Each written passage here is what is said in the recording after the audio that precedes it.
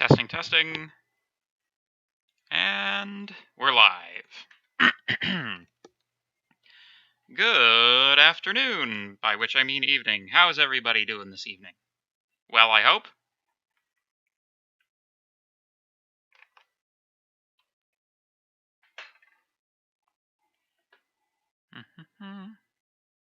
Yes.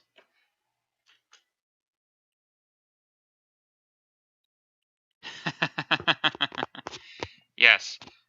Connor is correct. There will be content for the test today. That is very true.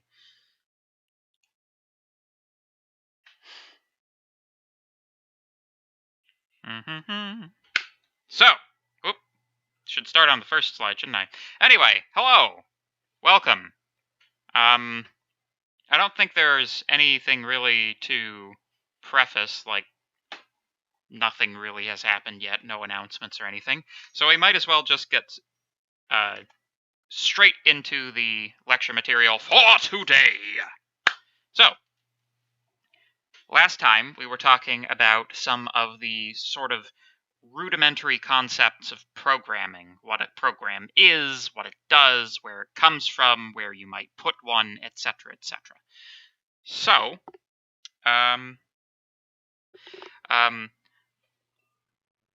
Tinson Chen, I am doing well, thank you very much. Actually, today is a kind of an exciting day in our household because we picked up a brand new kitten from the SPCA as a rescue, who might be making an appearance later today. We'll see. At the moment, the kitten is still getting used to the existence of human beings other than the ones that she's seen so far. So, at any rate, let's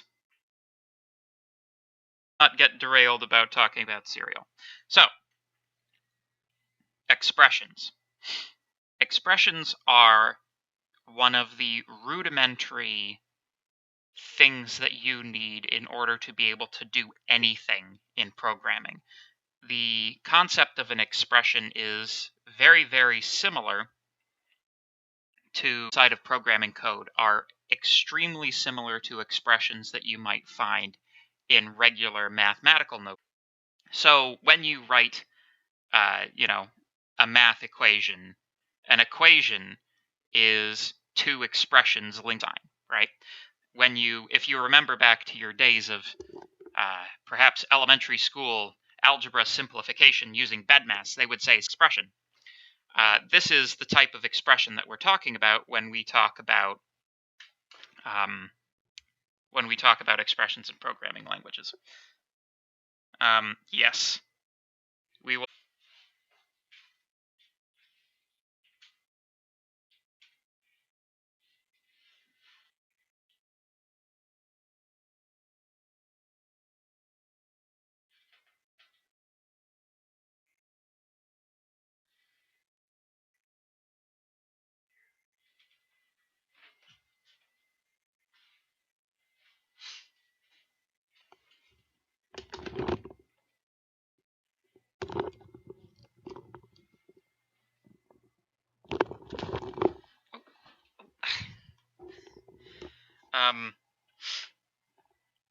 Goodness. Oy, oy, oy. Yeah, sorry guys, give me...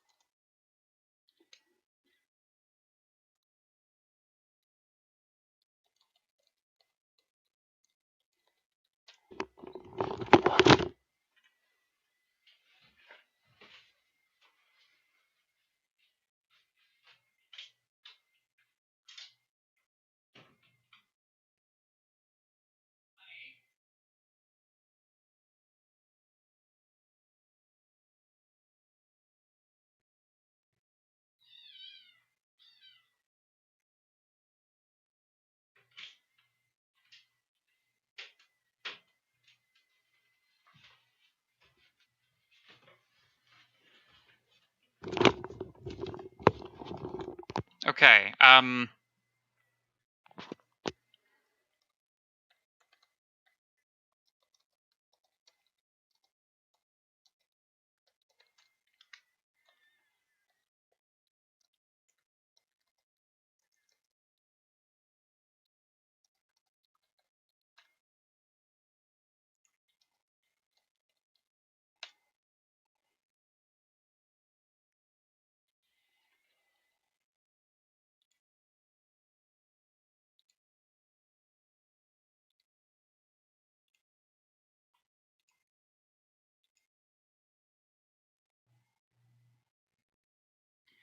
Well, this is extremely frustrating.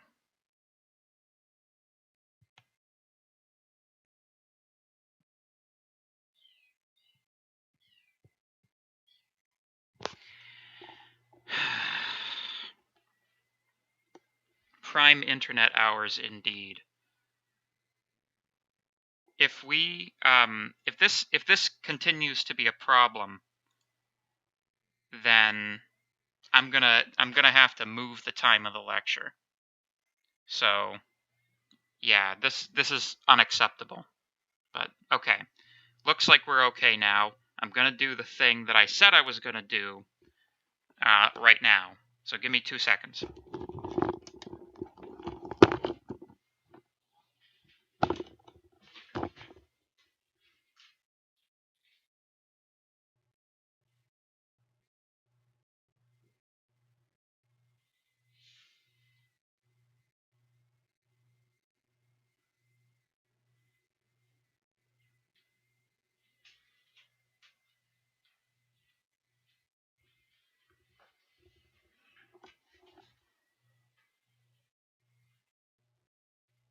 Ooh. Hello.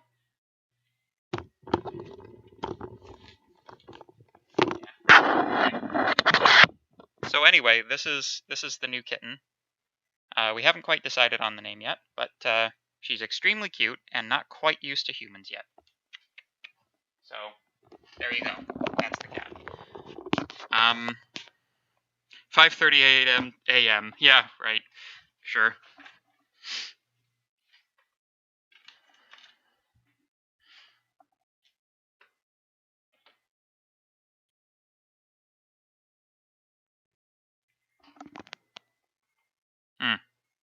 So anyway, back to the lecture material.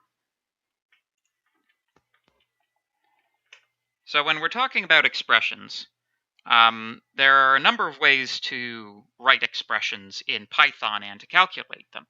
Some of them are more useful than others, but, you know, we'll start with the basic stuff.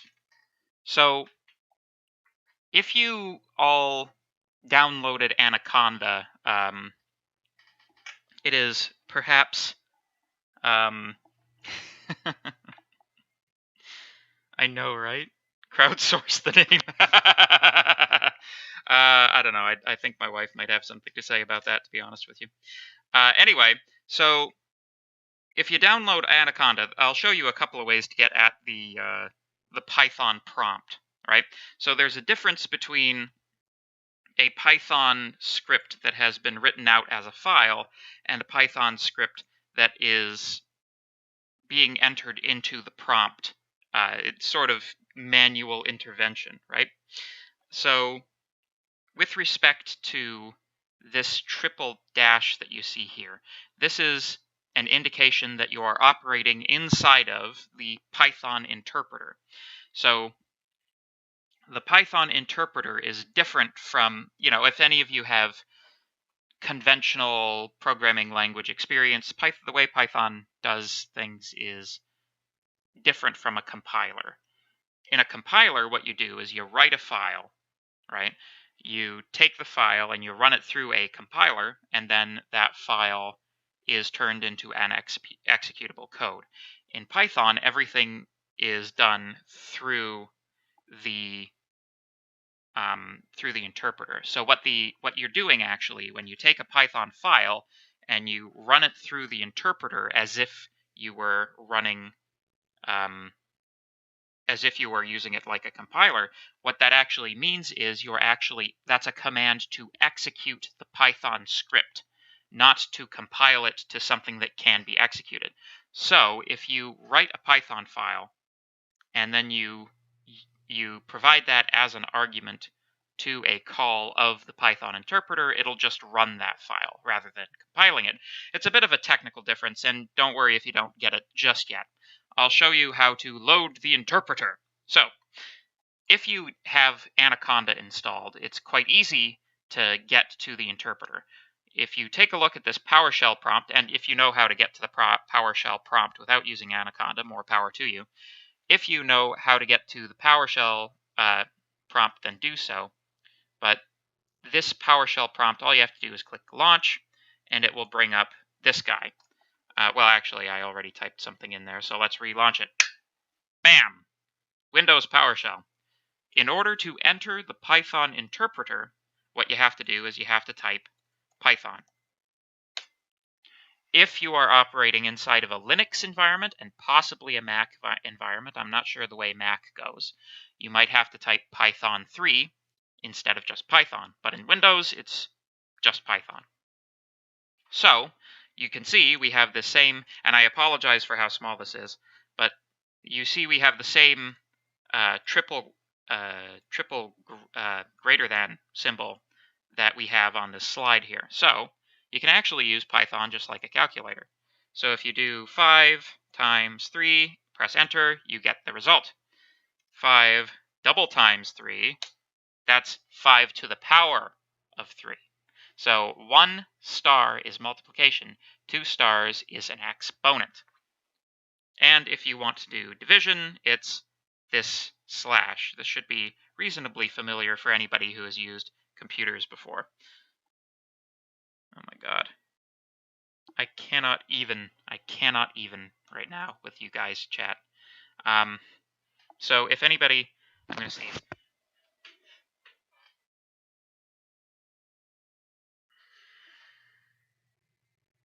I thought I was going to sneeze. Sorry. I might also be adjusting to the new kitten. Quick question, if I can open Jupyter Notebook, then do I need to download Python separately? No. If you can open Jupyter Notebook, then you can do all of the things I just showed you from Jupyter as well. The only thing is, for whatever reason, I just can't quite get it to work on my local installation of Jupyter. But what you do is, under this box here, you click Terminal, and that will, under Correct Operating Procedures, open up a new tab in your browser that will contain a terminal from which you can load the Python interpreter in the same manner I showed you. That is the alternative that I was about to show you guys. So,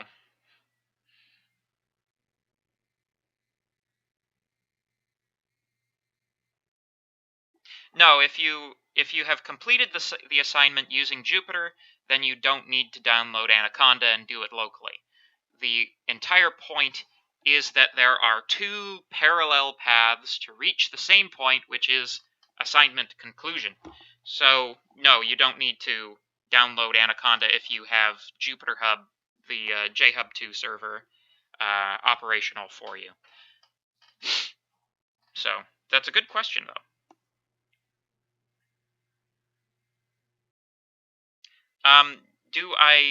So, another question. Will you lose marks on the assignment for utilizing something like a random number generator by importing random to test the code?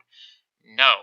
So let me explain a little bit how the test cases work for the assignments, so that I might be able to let you know what the class of things that you might be able to do without negatively affecting your mark is. So when you run a code block inside of Jupyter, that loads everything into, basically it loads everything into the interpreter and runs it, right? So when we grade things, we're really only looking for the output result of the functions that we're looking for, right? So any functions that you might want to include that are not the function that we are looking for, those will not, they'll essentially be ignored. You can import whatever you want. You can use whatever functions you want, so long as the function that is asked for in the question hasn't had its name changed. That's what's really being looked for. So, is this some form of continuation from the first lecture? Yes. I mean, all of the lectures are continuations from previous lectures. That's how a course works. Anyway, so with respect to the Python interpreter, you can basically enter in arbitrary Python code into this in the same way that you would write a Python script file. However, you have to do it one line at a time, and you have to make sure that those lines are correct as they're being entered, which is, somewhat problematic if you're not good at doing things perfectly the first time. That's why Python script files exist. So, but it's useful to know that this exists. You can use it to test stuff. Normally, I use interpreters to, oh, I don't know what this function does, etc., etc. The other thing that's helpful is you can use the help function to have, more is not, what? Pretty sure that help should work. Well. There's a slide on it later on. So, anyway, getting back to the slide deck. So, the thing is, we call things, the nomenclature for the things that go into expressions are somewhat different in programming as opposed to other types of hand mathematics that you maybe have done up to this point. Can we control how many decimal points to return for division? Yes, we'll get to that in slide set 5. So, numbers that occur inside of our expressions. Okay. I have a question. Can we use text editors instead? I don't recommend it. Please, the problem with doing it in a text editor is that your assignment file is a JSON file and it has metadata attached, and if you edit it in an environment other than Jupyter, what you'll end up doing is probably corrupting the metadata and making it so that the autograder can't run on it. So please, when you complete your assignments, tests, exam, etc., make sure that you are doing that inside of a Jupyter environment, either JHub2 or your own local instance of Jupyter Hub. Don't just use a text editor. It's not good. So anyway, when you're writing an expression, the things like the 3 and the 2.5 and the 7.6 and the 7,300,482, all of these things are called literals. They are all objects, they are all scalar objects, and they are literal scalar objects. You can imagine it's like set theory. Objects are a class of thing in programming language that contains a lot of different types of things. Literals are in there, variables are in there as well. An object is something that an operator operates on. A scalar is something that's indivisible or atomic. For example, it's not comprised of subcomponents. A good example of this is once we get into arrays and lists. Arrays and lists are programming objects that comprise multiple elements. However, because they can be divided and they're not monolithic objects inside of a program code, they're not scalar. Literals, these represent directly in the source code some value. You can think of it as a concrete value expression. So 3 is a concrete value. It's a literal. Strings are a concrete value. Hello world, that's a literal. It's a string literal. The Booleans true and false, these are also literals. Arrays will be covered in slide set 4. So, we have a couple of data types. Let's get some talking about the basic data types out of the way, because this is like really, really, really important basic information. So, inside of computers, we generally speaking associate data types with the various objects that expressions contain and operators operate on. So we've got a few of them. The first one is integer. Integers they mean the exact same thing as they do in regular mathematics, you know, the Z. They are any whole, positive, or negative number. So unlike in other programming languages, you can use, basically Python does dynamic allocation to make sure that you don't run out of space for any integers you declare, but we're going to talk about that a little bit anyway. So, but again, that's going to be more on slide deck 5. Floats, or floating point numbers, are, in mathematical terms, real numbers. So numbers that contain fractional components, numbers that have decimals and decimal places, those types of things. We're going to talk so much about floats. You're going to be sick and tired of floats by the end of slide deck 5. So we won't dwell on them too much right now. So we have objects, and we also have operators. Operators are the same thing as you would see in regular mathematics. So plus is an operator, minus is an operator, multiplication, division, exponentiation, these are all operators.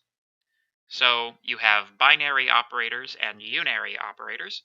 So the negative sign in front of -7, that's not actually, technically speaking, that's not -7 the literal, that is the unary operator negation applied to the positive integer literal 7 to create a negative literal 7. So in very technical terms, there's no such thing as a negative literal.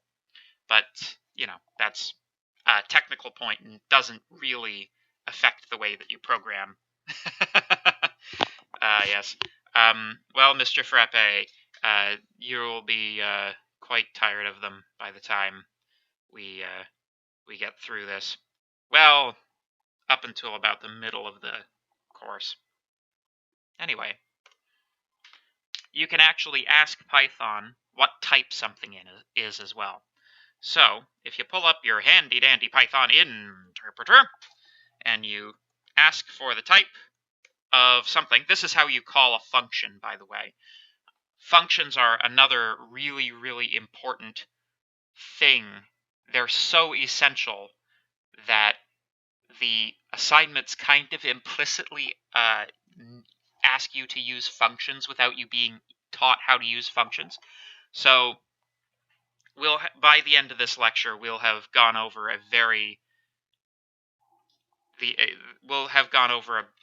enough of that for you to be able to know what you're doing on the assignments. So, type. If you have something that you're not sure what the type is, like say the number 6, we know what the type of the number 6 is, but this is for demonstration. Press enter and it tells you it's an integer. It's of the class integer. Don't worry about classes, we'll get there. So, you can do this with a lot of things. You can do this with strings. Tells you it's a string. You can even do this with functions, maybe. Oh, nope, that's a type error. Let's see. Right, so if you call type on the thing on a type that's been applied to the value 4, it tells you that it's telling you the type, which is kind of cool. So when you use a function in programming, it is very, very similar to how you use a function in regular mathematics. You type the name of the thing, you open a brace, you type what you want to provide as an argument, and then you close it off and press enter, and that computes it. We can define our own functions. In the assignments, in order to answer the questions in the assignment, we require you to write a function that determines some result.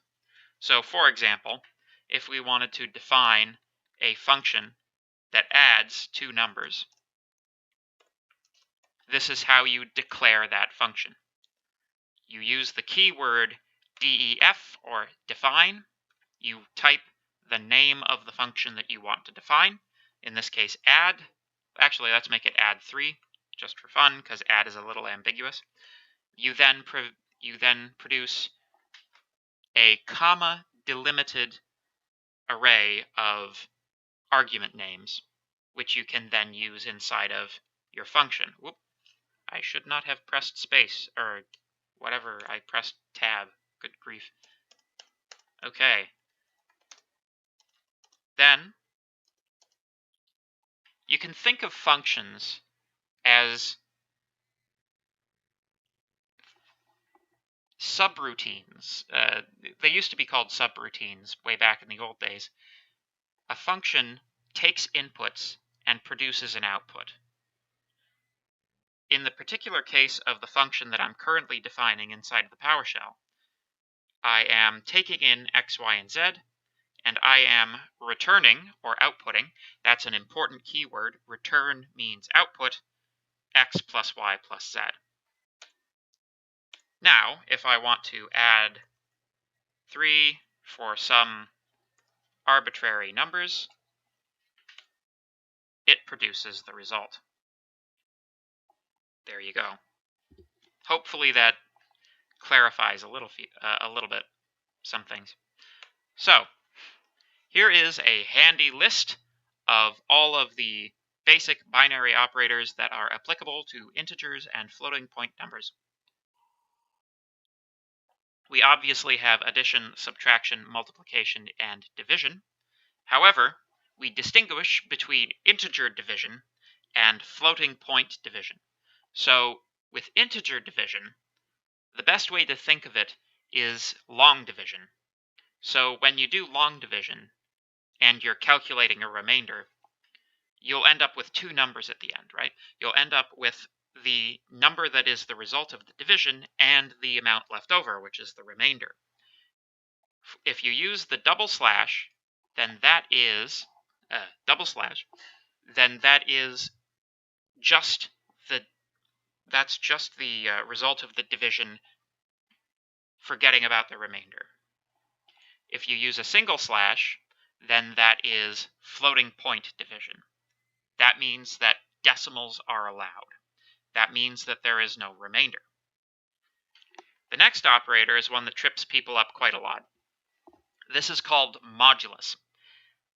Modulus is the remainder of integer division. So you know how I keep forgetting that it's mirrored for you guys. Double slash is integer division, not including the remainder. Modulus is the remainder, not including the result of division. I have a question. Is there any way I can make the font larger? Not really. I don't know. Maybe I can load magnifier. Magnifier.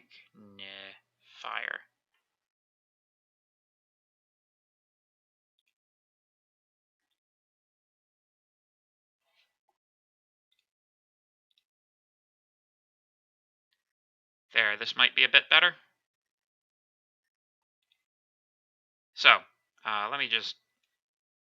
Oh my goodness. This may or may not be good. But, you know, there you go. Magnified. So, modulus is a tricky one.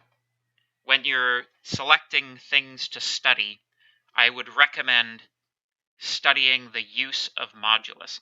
It turns out that it's actually quite useful to be able to determine the remainder of division.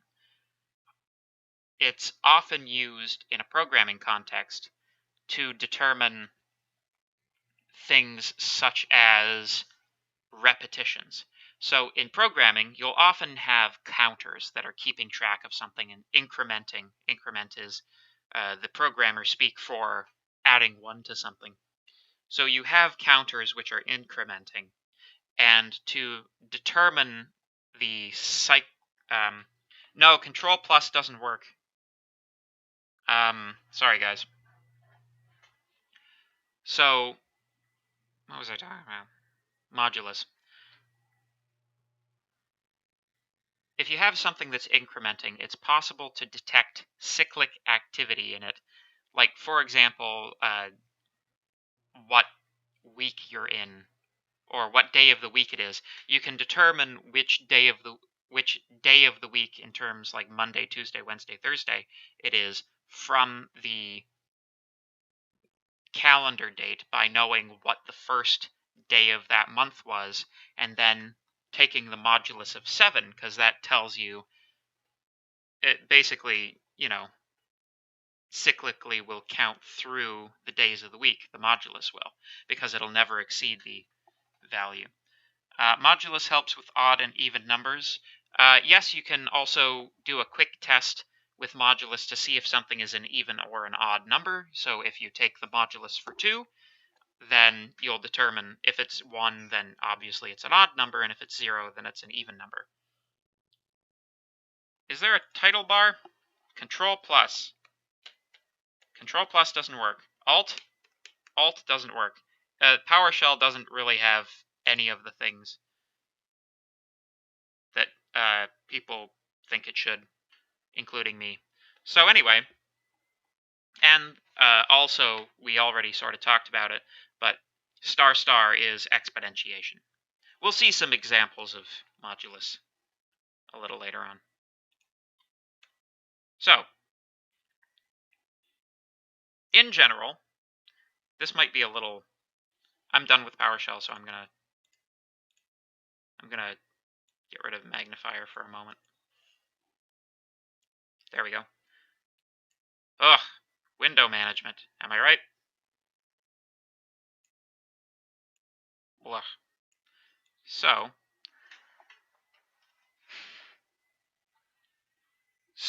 with respect to the manner in which you use these things, generally speaking, for integer and floating point operators, bedmas is the way that things work. Just to make it consistent with every other thing that exists. However, if you're not sure about the way in which things are being executed, the best and easiest thing to do is to insert parentheses in order to get what you want. You can also mix types. However, what you'll get as the result, the resulting type is kind of an academic problem, shall we say. Often it doesn't really matter, because a float can be treated in much the same manner as an integer. You can apply the same types of operators to it. It's just some technical things about the representation will change.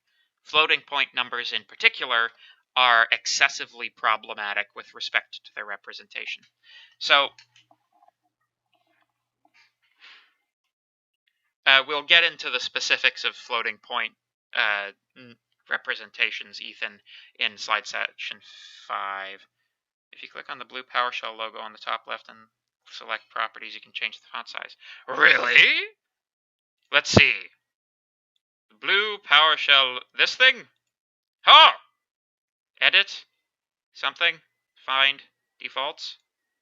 No, you said properties. Properties. Font. Oh, okay. Who are you? Mars Lettuce? Thank you, Mars Lettuce. You are truly, as long as I can actually change the font size. That's the window size. Oh, but that's also the font size for some reason. Okay. Let's see.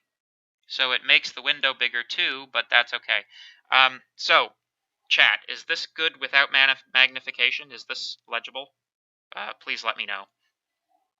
So anyway, we've got this expression at the bottom of the slide, 0.1 plus 0.1 plus 0.1, etc., etc., etc., all the way to 10 0.1s. Under the rules of traditional hand-done mathematics, one might expect this expression to be equal to 1. So let's see if Python works quite that well.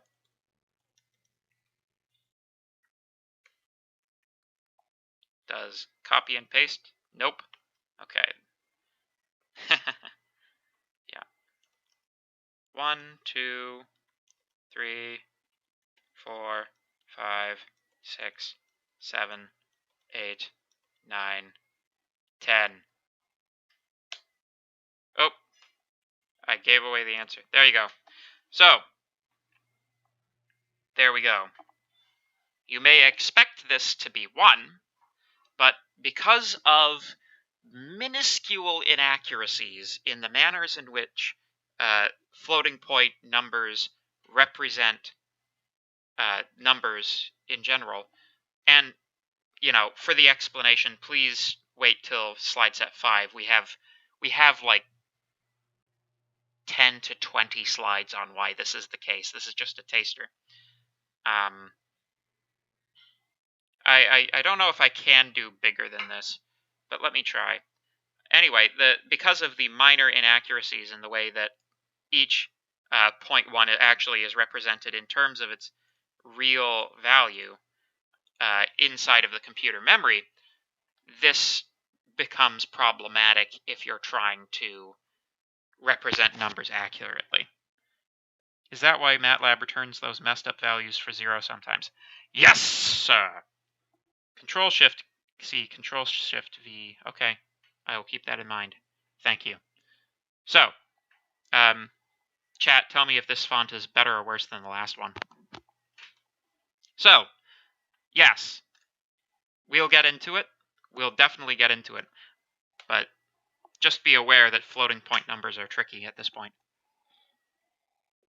So, this is fine, but mathematics is often comprised of more complicated things than just plus, minus, and multiplication and division. So, in order to import more elaborate mathematical functions, what you need to do is you need to import a mathematics library, specifically math. So if you import math, you have access to a bunch of, like, a lot. You can look it up in the documentation if you're curious what it actually loads. But it loads things like base 2 logarithm. It loads your standard trigonometric functions as well, like sine, cos, and tan. And, of course, it loads pi. Notice, of course, that in this particular case, if we... sure, why not? If we import math.cos of 2 times math.pi is equal to 1, which should indicate to you that when they are calculating cosine, they're doing so in radians, not in degrees. So just be aware of that. And that's actually standard across most trigonometric functions as expressed in computer languages. You usually have to do something specific in order to get the version for degrees, even though degrees are sort of the standard, they're the standard way everybody approaches trigonometry, because that's, I think, the first way that you learn geometry is with degrees. So, yeah, just be aware that it's in radians. So let's talk about variables. Variables, the correct way of thinking about a variable is as a segment of memory that has been allocated and given a name so that it may be referenced in the source code and you can put numbers into that box. Now, what the numbers mean depends on the type of the variable, right? The underlying binary representation is interpreted by the type of the variable, but the variable itself is memory. It is computer memory.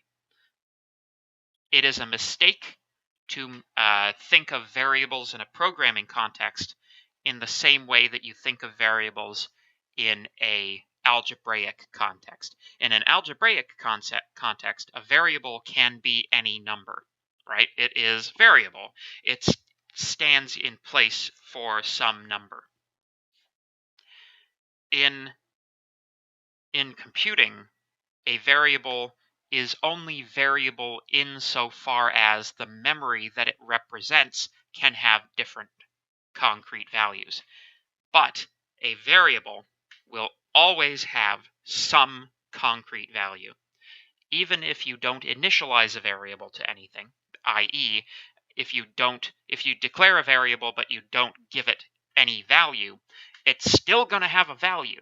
It might be 0 because that's what the programming language decides it should be. It might even be junk data. If you're working in a low enough level language, you can allocate yourself memory, and that memory might contain old junk data from another program if it wasn't wiping itself correctly. That's a problem, by the way. The sans OP, is that a font? Is that a font preference or an Undertale reference? I can never tell. So anyway, if you give something a name, you can assign to it. You can use the assignment statement. You can do this in the shell as well, or in the interpreter. So if I have a variable, let's say x is equal to 8, y is equal to 19, x times y is 152. We can also say z is equal to x times y, and you have to type the name of the variable again to be able to put it out to the, well, there are two ways of doing it. One is to just ask for the name of the variable and it'll show it to you. The other is use print, and it does the exact same thing. Print is more useful when you're writing a script file rather than using the interpreter. Ooh, I've got a bunch of, oh my goodness. So variables without an initialized value are assigned to 0. It depends. In some languages, yes. In some languages, it's given not a number or undefined or null value. And like a null value is still a value, right? If you were to take the box that is the memory and look inside of it, it would have a null written inside the box, right? It would still have a concrete value. But it depends on the semantics of the specific programming language that you're using. So in Python, I believe what happens if you it's difficult because in Python, variable declaration is implicit. So when you declare when you use a variable, it becomes declared. But there's no, well, that's not true. There is, but it comes a bit later. In a language like C, you would say integer x is equal to 0, right? Or integer x declares it without setting it to 0. In Python, you do x is equal to 7, and that initializes it.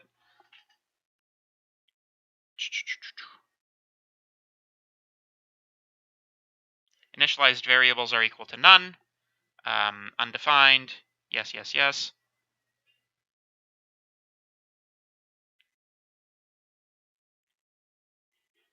Oh my goodness, I have started a war in chat. So it depends on the language. A lot of the stuff that sometimes when I say stuff in lecture, I'm not just talking about Python. Like, the point of this course is to introduce you to programming. We're using Python, but I always find it useful. I think it's useful for you guys to be aware of the larger context of other languages. So it's not just a Python programming course. So it really strongly depends on what language you're using. In C#, for example, you do have null value. In come to think of it, I'm not sure about a particular example of a language that initializes to 0 by default, but I'm sure that there's one at least. In Python, I'm not actually sure. Do you declare with var q? No. So anyway, it's kind of a side point.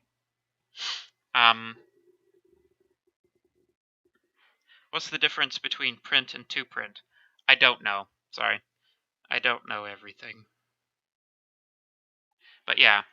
So one of the design decisions that was made during the Python language is to try to take away from it a certain amount of what was considered the busy work in other languages that preceded it. One of those things was explicit variable declaration. But we're kind of getting stuck in a little side tangent, so let's bring it back to the main topic at hand. So anyway, when you're creating names for variables, there are restrictions on what you can name them. They can contain uppercase, lowercase letters, digits, and underscore. However, they must not start with a digit and must not be one of the reserved words of Python. So, for example, def declares a function, so you can't use that as a variable name. Same thing with things like if and else, or while, import, global, return, and, etc., etc., etc. If you want to take a look at the keyword list, we can do that. Import keyword .kwlist. That is all of the names that you cannot use. You may notice that lambda is in there for that guy who was interested in lambda. I think Java initializes to 0. Ha! I knew there was one. Thank you, David. Probably has null as well. Anyway, so we talked about assignment already in the last slide, but let's go over it again. During assignment, you are writing something into a variable. You are taking some value and you are putting it in a box. Now, we've been doing relatively trivial things up to this point, but you like assigning just literals. However, if you take a look at what we were doing over here, I was using variables and assigning the value calculated from variables to some other variable. So it's important to understand the distinction. When you are using an assignment statement that involves variables, you're assigning to a variable, but if the thing that you're assigning from contains variables. So, for example, q is equal to x plus 3, the x in this case. What happens is that Python calculates what the concrete value of that expression is, and then writes that concrete expression into Q. So Q is like, this is not the creation of a relationship between X and Q. Q is not always X plus 3. So, for example, if you press enter there, Q is 11. However, if we change X to be 1, Q is still 11. Okay? So, anyway, that just about does it for our first segment today. See you all back here at 6:30.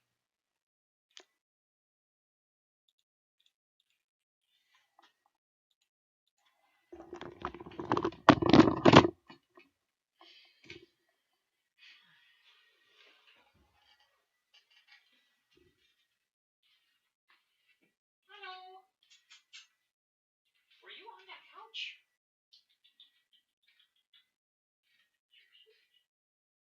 You need that food? You still bet.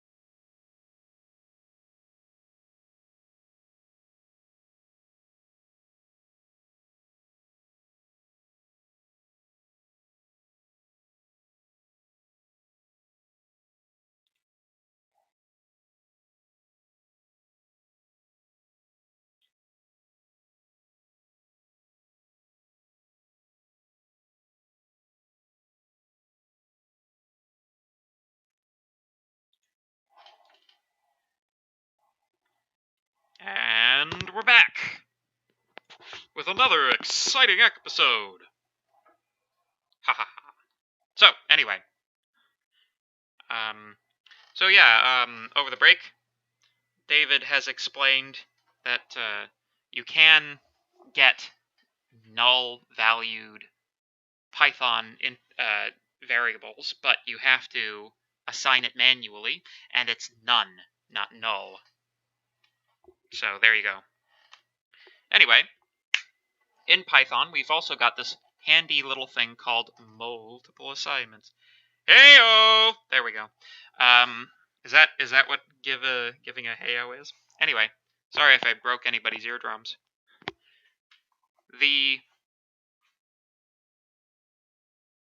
So in Python, you can also assign multiple values in one statement. Generally speaking, this isn't really a thing that is used very much by people in this class or people teaching this class, such as myself. So the issue that they're trying to solve with this syntax is sometimes the program files can get very long, and this is a way of making it more compact.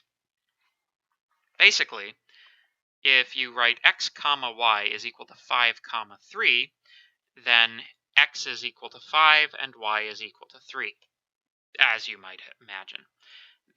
X comma y equals y comma x is also a valid swapping operation. Swapping is kind of, thank you. Swapping is kind of a notoriously, surprisingly tricky thing to do within a programming context. Let me show you what I mean. So let's say we had A equals 2 and B equals 4. Let's say we wanted to get the value of A and B in A.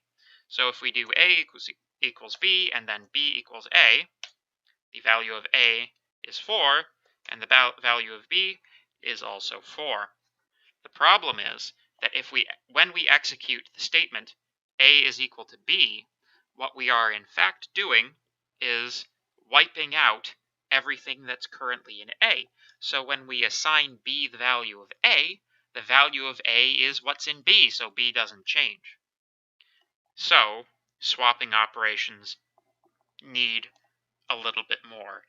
In order to perform a swapping operation, you actually need a temporary third variable. So A is equal to 2, B is equal to 4, A is equal to temp is equal to A is equal to B is equal to temp. Then the value of A is 4 and the value of B is 2. That's how that works. So, of course, this works in C or any other language. This works in any language. In Python, we've got a handy little shortcut which just flips the values. The other thing that this is useful for, which is not mentioned on this slide, is when you are returning stuff from a function. There's an example, I forget if it's in the assignment 1 or the assignment 2 material, but there's an example where you're essentially asked to implement quadratic equation. Quadratic equation has 2 answers, right? The way that you return the 2 values from quadratic equation, let's say they were x1 and x2, you would say return x1, comma, x2. And then, once you had done that, the manner in which you get those 2 different values into 2 different variables is you would say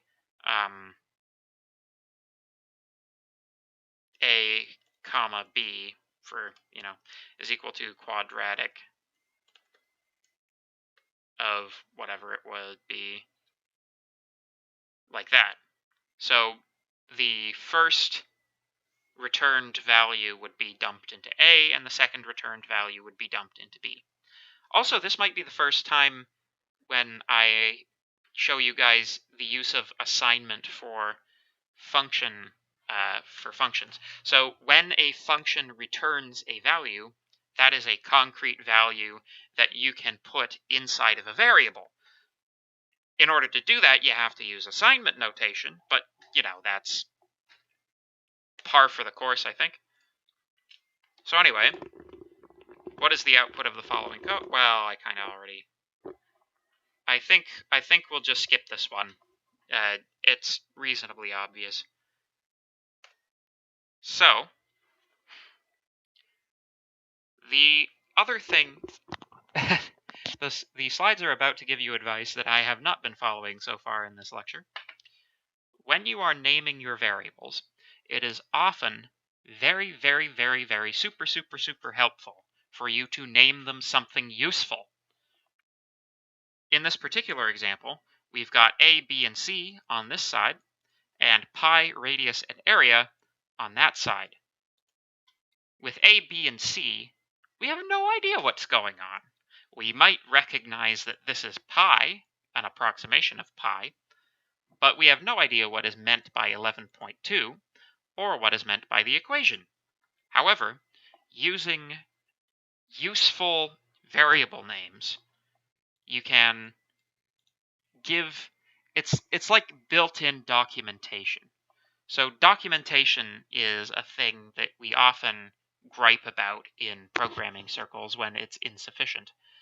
And basically documentation is leaving notes behind in your code to help people understand it. When you use variable names that are meaningful, your code is more readable. And readable code, it might not seem like it's a very important thing, but in fact, for your code to be readable, that is an extremely important thing. Like, that comes down to group work, even. Like, very, very rare is the programming project that you'll be the only programmer to have ever worked on it. In school, a lot, but not once you get out into the workplace. Once you get out into the workplace and start trying to work with other people's code, you will probably develop a reasonable appreciation for people who document their code well. And hopefully you'll be one of them. But it's tough, because when you're programming, the impulse is very strong to just see if it's working, try to get it working, and when it's working, just... it's working. I don't need to do anything more. I am in programmer's bliss. But if you are in programmer's bliss, you should write down what you just did. That's documentation. Anyway, the way that you document things, not to have a segue into the next slide or anything, but the way that you document things in Python is you leave comments. Comments, that's a universal term across all programming languages. A comment is something that is written into a program file that will not be executed. Basically, there's a thing called a preprocessor, which strips comments out of anything that is thrown into the interpreter. So when you write a Python file, and we can do so... Oh, that's a Python notebook, not a Python file. New text file. Something.python. Fine, add 3, x, y, z. You may remember this from an hour ago. A comment is something like this. My pretty little function for adding 3 numbers returns the result of adding 3 numbers.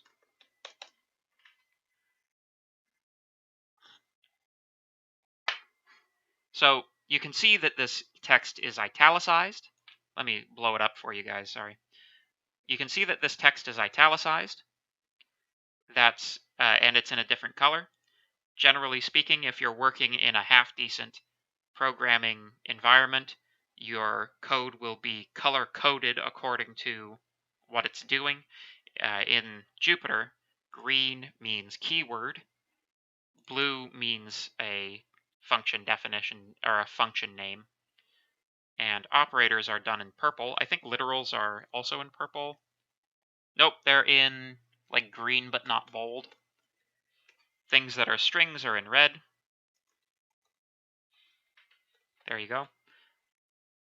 But anyway, this, and it's not the hashtag, it's the pound symbol. This was used far, far before hashtags had ever come into existence. So basically everything past the hashtag, I guess I'll call it a hashtag anyway, even though I just lectured you guys about not doing that. Everything past the hashtag is not considered to be code. This is not code. If you have code that's inside of a comment, it will not be executed, even if you think it should be.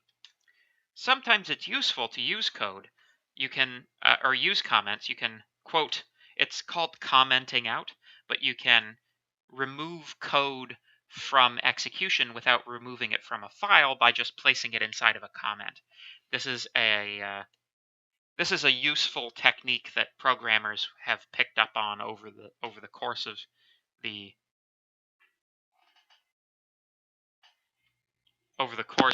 I don't get that reference, Adrian. Sorry. It's what was I talking about? Yeah, that's just a thing that you can use, which is useful. The other thing that's extremely useful for programmers is find and replace. So if you know about that, it's extremely useful for programming. So anyway, good source code includes lots of comments to help the reader understand the code. Okay, this is it. Comment your code. Comment your code. Comment your code. Don't not comment your code. People who comment their code are the best people. You know that meme? It's like nobody is born awesome except for people who comment their code. That is who is born awesome. Anyway, so this is a further example of comments.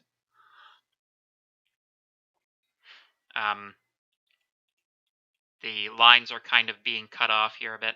I have some of the TAs working on updating the slides so they don't look as bad. Octothorpe is the official name of the... Really? Is that... Okay, alright. I know, I'm sorry, Mars Lettuce, but I have to verify that, because if you're pranking me, Octothorpe is way too fun a word. If this is true, I'm using this term for the rest of my life. Ha! Octothorpe indeed. Okay. Thank you, Mars Lettuce. You are becoming one of my favorite pupils this semester. Anyway, so you can see in the particular cases of these comments that the stuff that's please imagine that rectangle should be at the end of this other line. Everything past the Octothorpe is a comment. So let's move along. Oh, incidentally, I've got a few of the TAs working on like updated and more pretty looking versions of these slides. So hopefully for next week we will have prettier slides. Same content. Sorry, I shouldn't. When I say stuff like that, I sometimes worry people. The content on the slides is going to be precisely the same as the ones that we're currently using and the ones that are on Avenue. We're just like the formatting is a little off in places because it's been passed through OpenOffice at some point from PowerPoint, and it's just a frigging mess. So things like the formatting will look better. It'll be prettier. But in terms of the content, it'll be exactly the same. Anyway, Booleans. Booyah. So, a Boolean is a true or false value, and it's as simple as that. True, capital true, and capital false are the Boolean literals. It's just a way of indicating a binary true-false relationship. So, we have a number of Boolean operators as well. A lot of the things here are comparators, which don't necessarily take in Booleans. Like, you have to be a little bit... Some of these operators take Booleans as arguments or operands. Some of them take things like ints and floats as operands. But once I show you a couple of things, this should become reasonably obvious. Pardon me.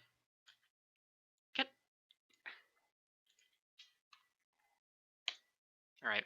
Anyway, so if we have 3 is equal to 6, that's false. 3 is equal to 3. Oh, these are just the comparators so far. We'll get to the Boolean specific operators. So, if you want 3 is greater than 6, that's false. 6 is greater than 3. True. 6 is greater than or equal to 3. That's also true. You should, this shouldn't be too far outside of the realm of what you guys have already dealt with in terms of, greater than, less than that you did in algebra, right? Inequalities. So it is possible to express an inequality, evaluate the truth of that inequality, and use that in your programming code. The most common usage of these operators is in if statements and while loops. If statements and while loops need expressions which return Boolean values. If you remember back to our flowcharts in the previous lecture slides, remember when we had a decision and we had yes and no? The yes is true and the no is false. And this is how you create yes and no. So these are really useful and really cool. And I don't know. Not too difficult, I hope. Anyway, be very, very, very careful. There's a big difference between double equals and single equals. Single equals is assignment. Double equals is equality comparison. So, basically, if you take x is double equal to 4, what is x again? 1. So x double equals 4 is false, but x equals 4 means x is now 4. It can be easy for a beginner to get that switched around in their head, so please just be aware of it. Double equals, equality comparison. Single equals, assignment. What do you call a computer science student making fun of you? Cyber Boolean.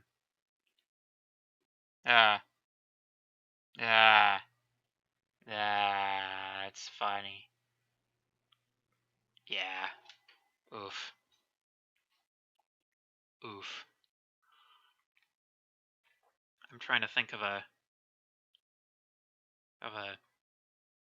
joke that I can throw back at you, but I can't at the moment. Oh, I've got a joke about a chemist. Do you want to hear a joke about a chemist? What do you do with a dead chemist? And I'll just let chat chew on that one for a little bit. What do you do with a dead chemist?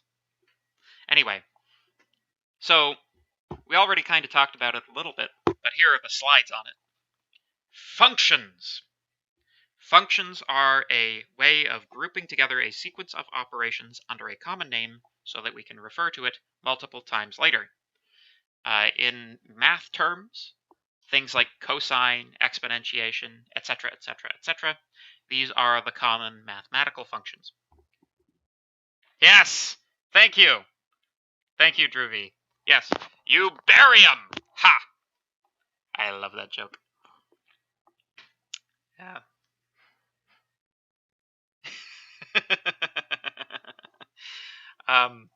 Anyway.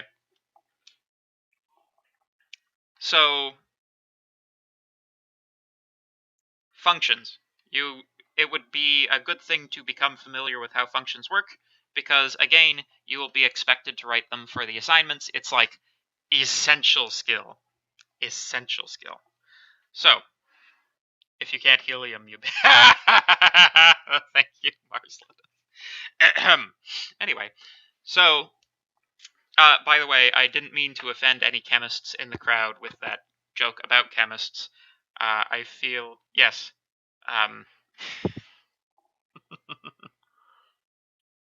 Imagine not knowing what activation energy is. Chemistry gang. Anyway, the syntax that we use to define a function, I went over it in the terminal, but here it is again. You need to use the def keyword to indicate to the computer that you are defining a function. You need to declare what the name of the function is.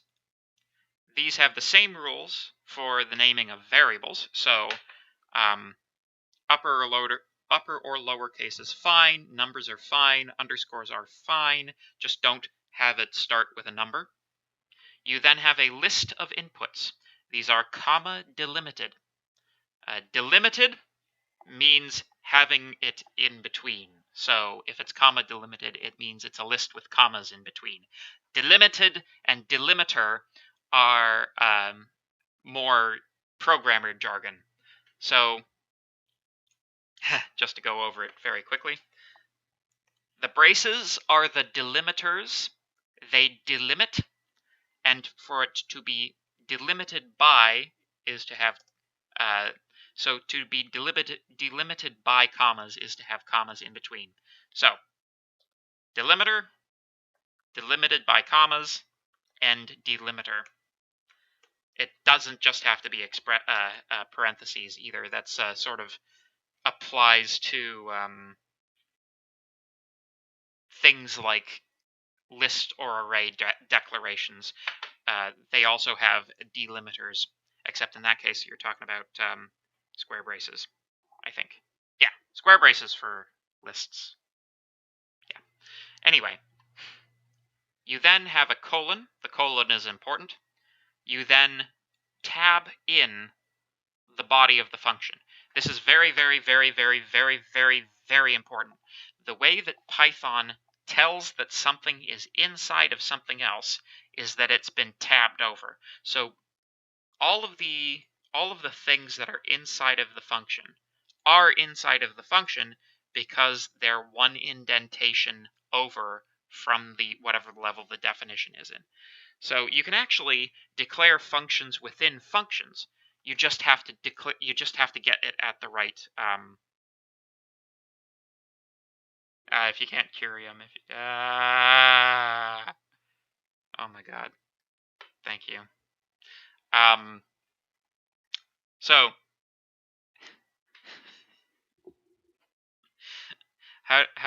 what do you do with a dead chemist? Well, I don't know. It's if he's already dead, then you obviously can't cure him and you can't heal him. But anyway, so yes, when it says body of the function, we're talking about a lot of statements. These could be the basic assignment statements that we've been using so far. They can also be things like if statements and while loops, which we'll get into in more heavy detail in the next slide section, in slide set 3. Yeah. So, at the end of a function, you output the value that you want to return using the return statement. So, return is a keyword, and you return something. Whatever you put here, that's going to be the output to whatever calls that function.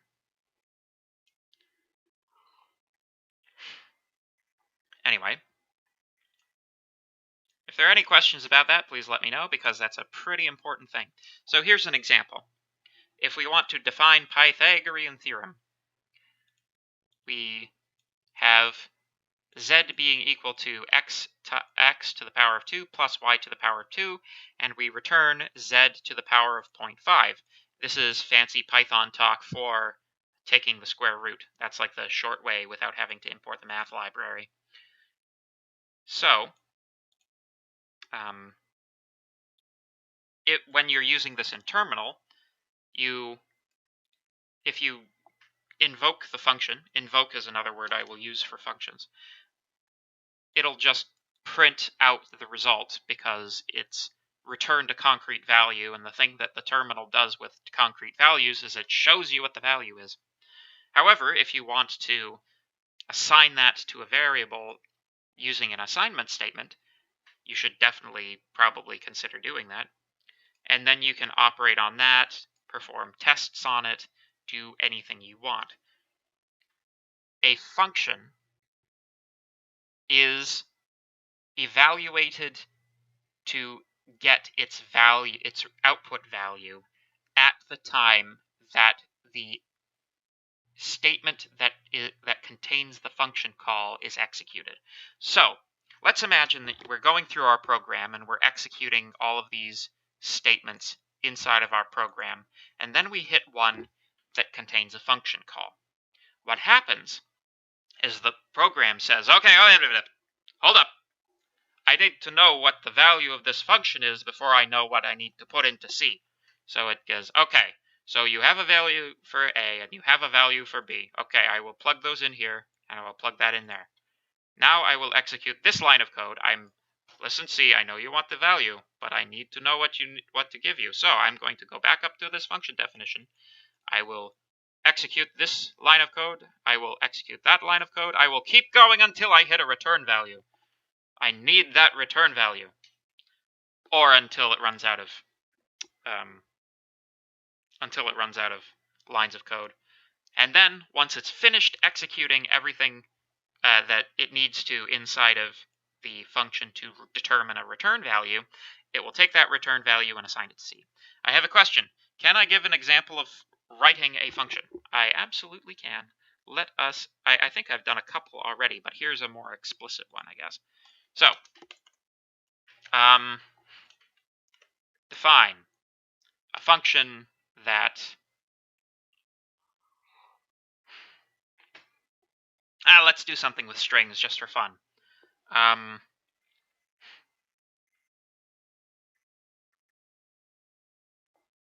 about make color darker? It takes a color, with Canadian spelling, please. Colors will be expressed as strings. So, if we then from that we return dark plus whatever the color was. So, I think I have to actually copy paste this into Jupyter because I can't get the terminal to work on Jupyter. But anyway, so Control Shift V. Ooh. It does work. Okay, so copy that. Control Shift V. 1, 2, 3, 4. Return dark plus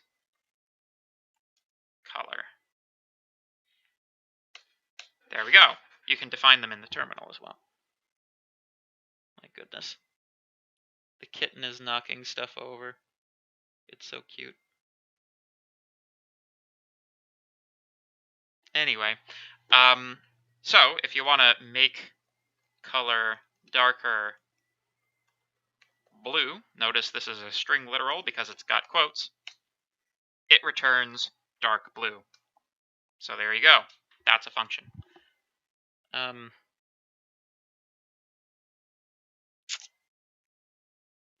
Give me 1 second. She's kind of getting into something she's not supposed to be in.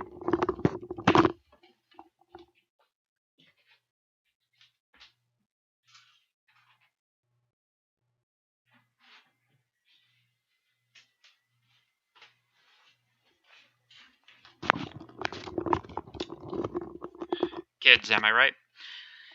I know you've been using it throughout the lecture, but could you quickly go over the last time the return function? Okay, so first of all, return is a statement and not a function, right? It's used by functions to construct functions. So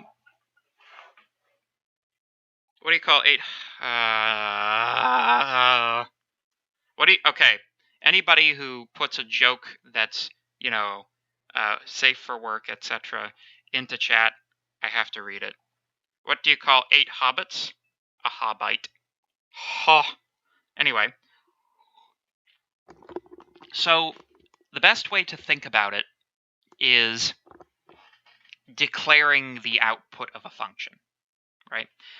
In some programming languages, they require you to declare what the type of the output is going to be in the initial declaration of the function. Python doesn't do that. It does dynamic typing, which means that it's all loosey-goosey. I don't have any rules.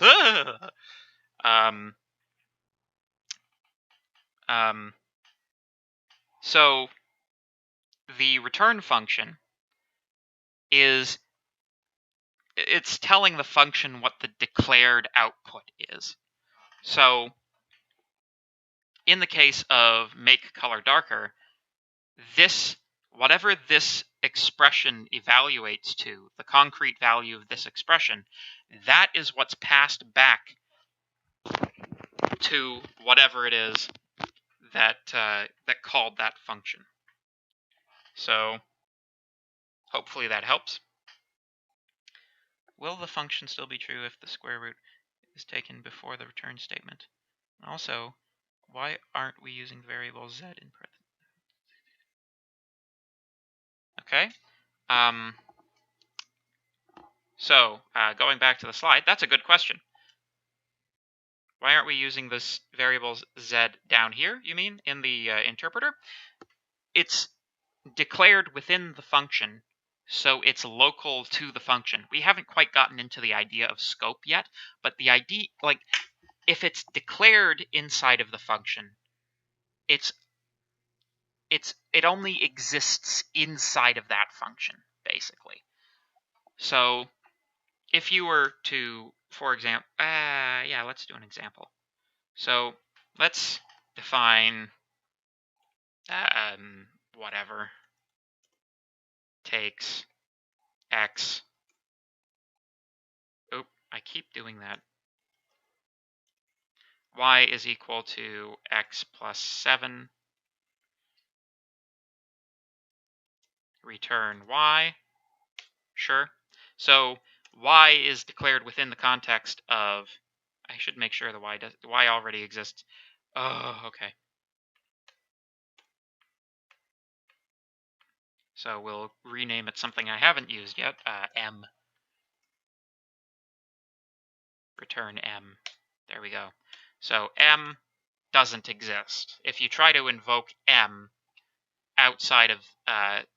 so first of all, we haven't run the function, but M doesn't exist outside of the function, right?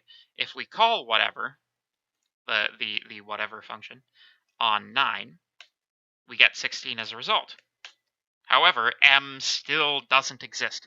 It's created, it's brought into existence, and then it is snuffed out. It is destroyed. It is deleted.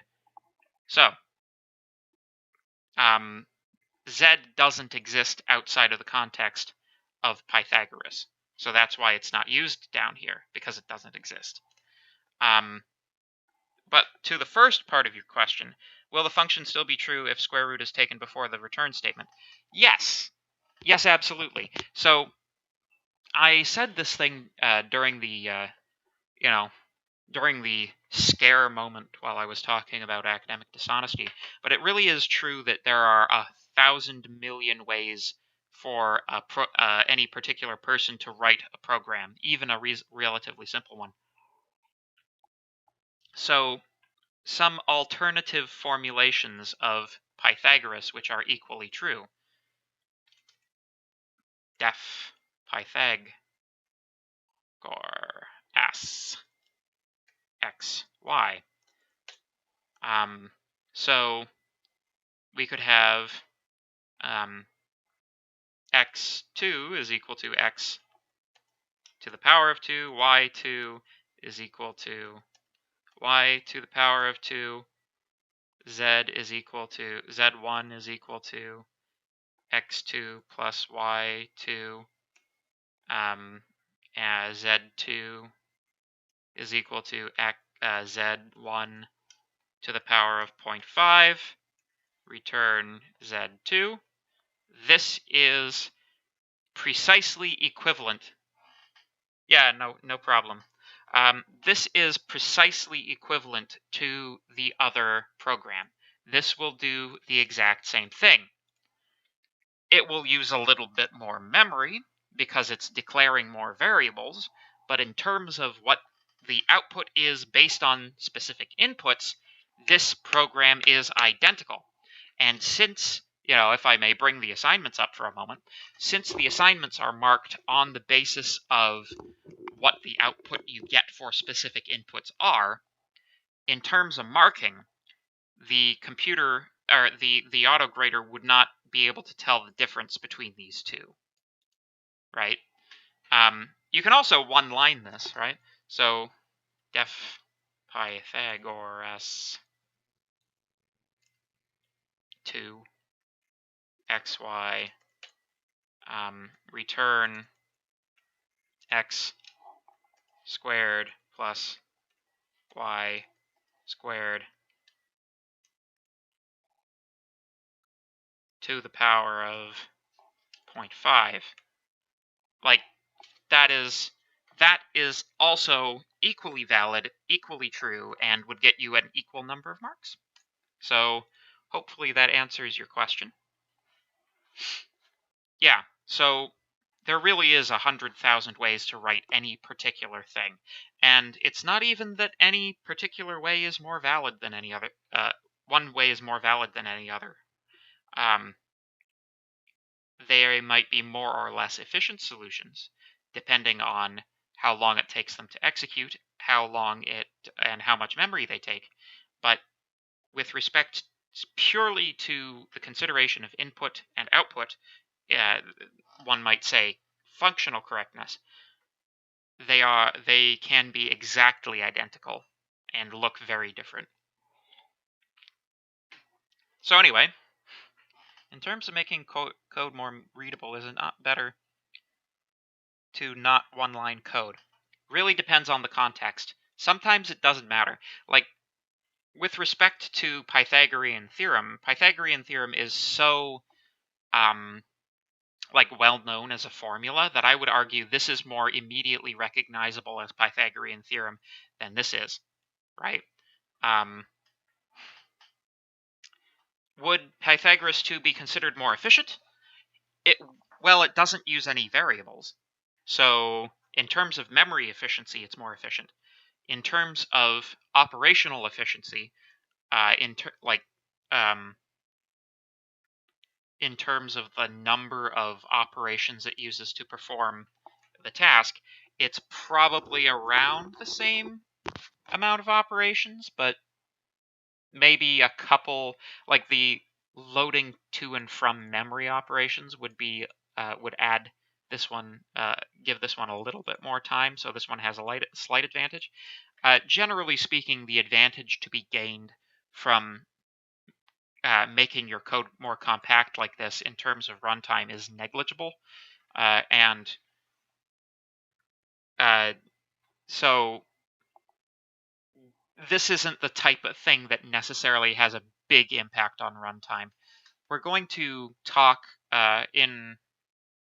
I forget what slide set it's in. It might be slide set 6, I think? But we're going to talk about algorithmic complexity and how to... We're going to talk very briefly about optimization. Like, algorithm optimization is a whole academic discipline unto itself. However, we can talk about some of the basic stuff. Generally speaking, the thing that makes a code more efficient is not having to run large numbers of pieces of it. So in order to get into that, you really have to start getting into loops, and we haven't quite got into loops yet, so please just bear with me. Does shorter code mean faster to read? No, not necessarily. Although often. It's kind of like these types of stylistic issues are kind of like, I have to say, well, yes, but also no in most cases.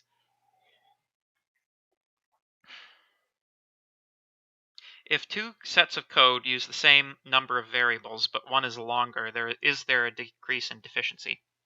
So if they're using the same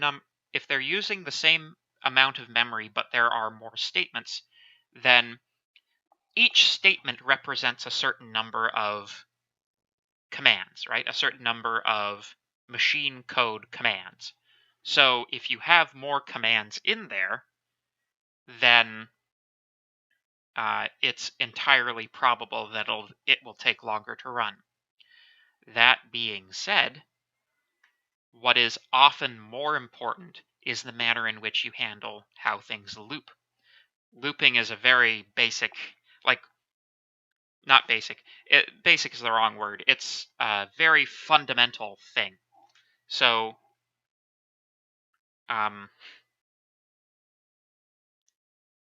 yeah, like, generally speaking, personally, I would consider this code less efficient and this code more efficient. And as a programmer, I would be more inclined to write it like this. However, you can also take this too far, right? Like if you are trying to cram like what should be 30 lines of code into one line in Python, then I wouldn't recommend it.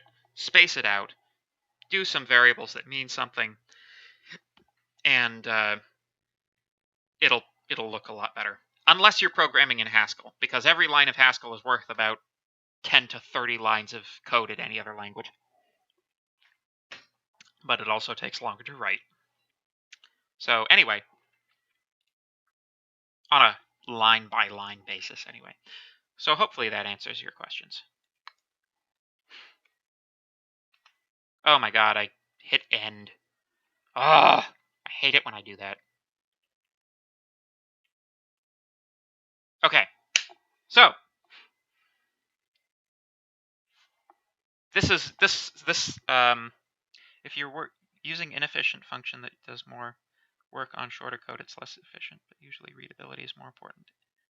Yes, I agree with David. So the thing about efficiency is not properly considered to be a proportional relationship to number of lines of code. The structure of the algorithm is far, far, far more important to the efficiency with which the program runs than the number of lines of code that it has. Like, while it is technically true that fewer lines of code can sometimes mean fewer redundant operations, that's kind of a technicality. The way that you get real optimization is by understanding the algorithm, understanding the data structures that it's operating on, and, well, a lot of it boils down to working in assumptions, like working in things that you know are true. Like if you know this case can never happen for mathematical reasons, you can exclude it and make your code more efficient. But, generally speaking, in Python, the emphasis is on readability. But that's kind of like stylistically from the point of view of the people who designed the Python language, and like who says they get to dictate how their language is used. Anyway, so very minor point on this slide. If you want to perform multiplication in a manner that you might be familiar with from algebra, that doesn't actually work in Python. You have to use the explicit multiplication operator between the prefixed number. So In algebra, this means 3 times a plus b. In Python, this means nonsense. What it essentially means, actually, if you actually look at what the error is saying that you get back here, it's saying int object is not callable. So what it means is it can't be called, i.e., it's not a function. This is the syntax for declaring for invoking a function, right? So it can't be invoking a function and multiplication by implicit multiplication. So there's no implicit multiplication using brackets in Python. Just use the asterisk.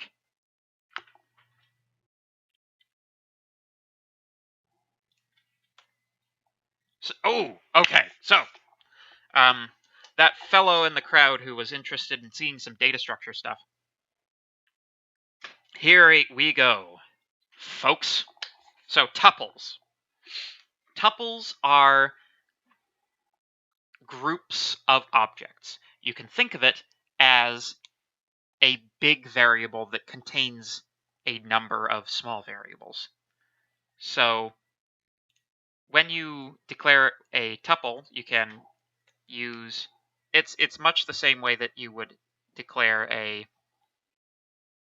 the arguments to a function. So 4, 5, 6 is 4, 5, 6. If you the other thing about tuples is that you can mix data types within them. This is not a common feature of, like, normally with programming languages, you have to bend over backwards to get this type of thing to work.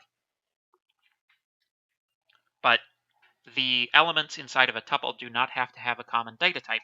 So you could have true, 7, potato. There you go. That was a Portal 2 reference, if anybody. I don't know. Are you guys... I don't know. I don't know what the young'uns are into these days. Maybe Portal is too old now. Has Portal... Okay, here's a question for chat. Has the game Portal... Is it old enough to have passed out of the sort of the public consciousness of young people? If so, I'm sad. Anyway, you can also assign a tuple to a variable. So if you want 4, 5, 6 to be assigned to some variable called t, there you go. T is now a tuple. So here are some operations. The first one is concatenation. Concatenation means taking two things and sticking them together. So if I have my tuple t and I have another tuple called u, which is 7, 8, 9, t plus u is 4, 5, 6, 7, 8, 9. Very simple. This is the way that you take two tuples and squeeze them together. Length. You will become very familiar with this function over the course of this course, I predict. So, length tells you how many things there are in a tuple. So, we may not necessarily know how many there are. We now know there are 6. Okay. So, no. Okay. So a few people, there is some, okay, you guys definitely are still young, at least compared to me. Or maybe you're just talking to your friends. But yes, so, I don't know. It was extremely... Portal, if you're unfamiliar with the game, is a first-person physics-based puzzle game where you shoot portals at walls and use that to solve puzzles.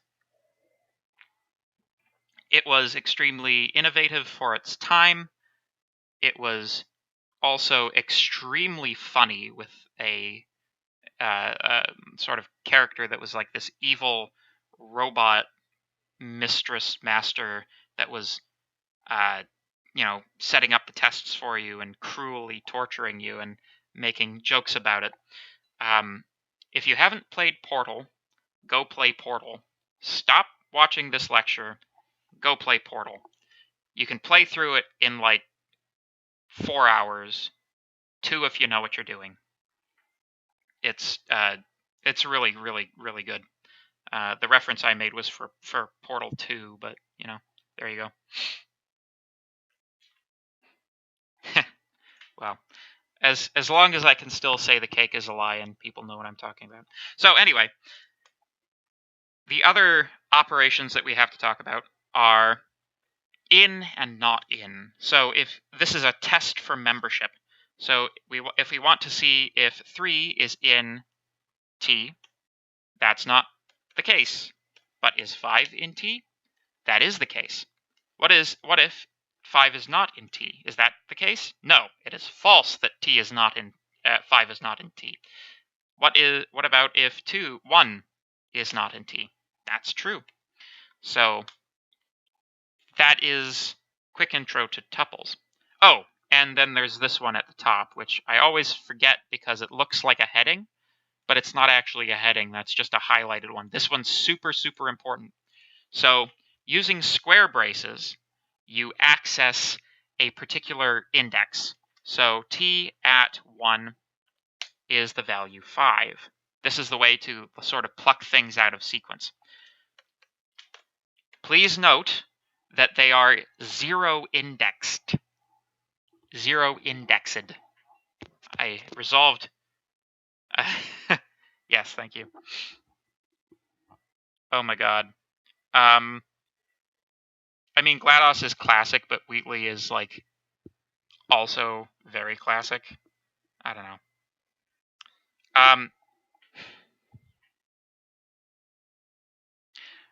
So if you so to answer your question, sir, why this one doesn't work,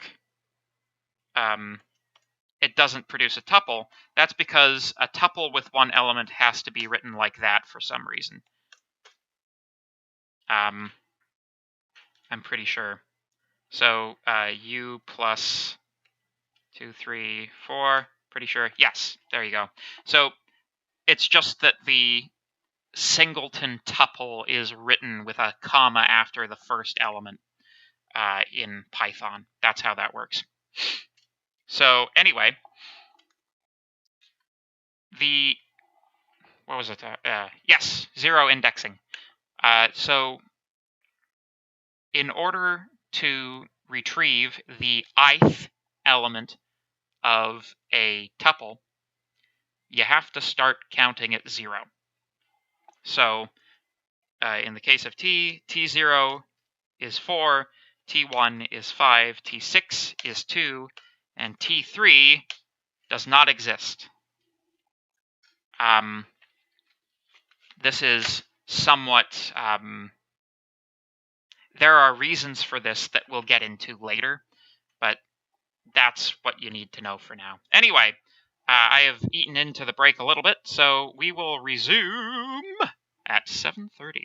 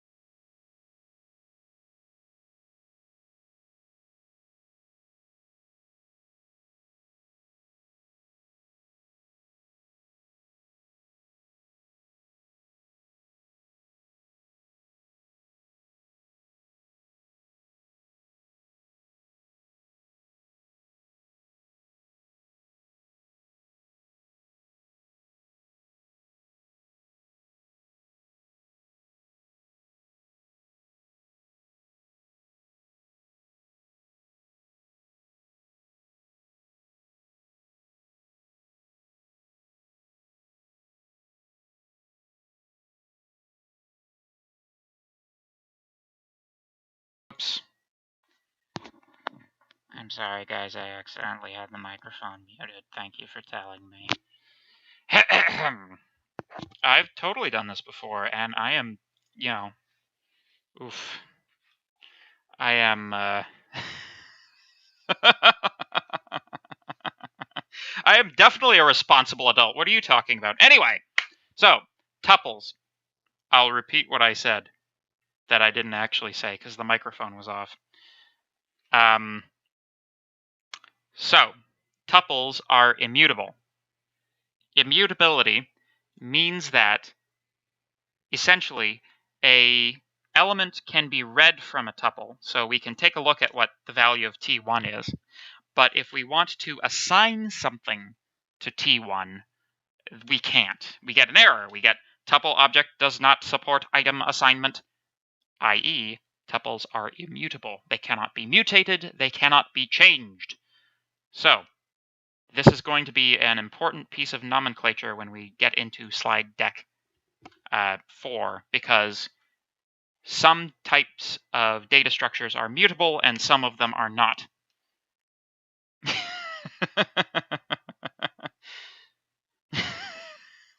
I'm going to have to watch that back now and see what my reaction was.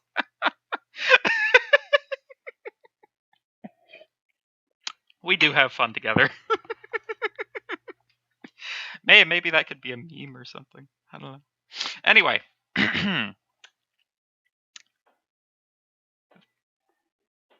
So, oh yeah. So I already talked about zero indexing before the break, but essentially what that means is where n is the number of things in the tuple, you count 0, 1, all the way up to n minus 1. So the reason that immutability is important is that some data structures are mutable and some are immutable, and there are important differences. And we're going to have to talk about those in slide deck 4.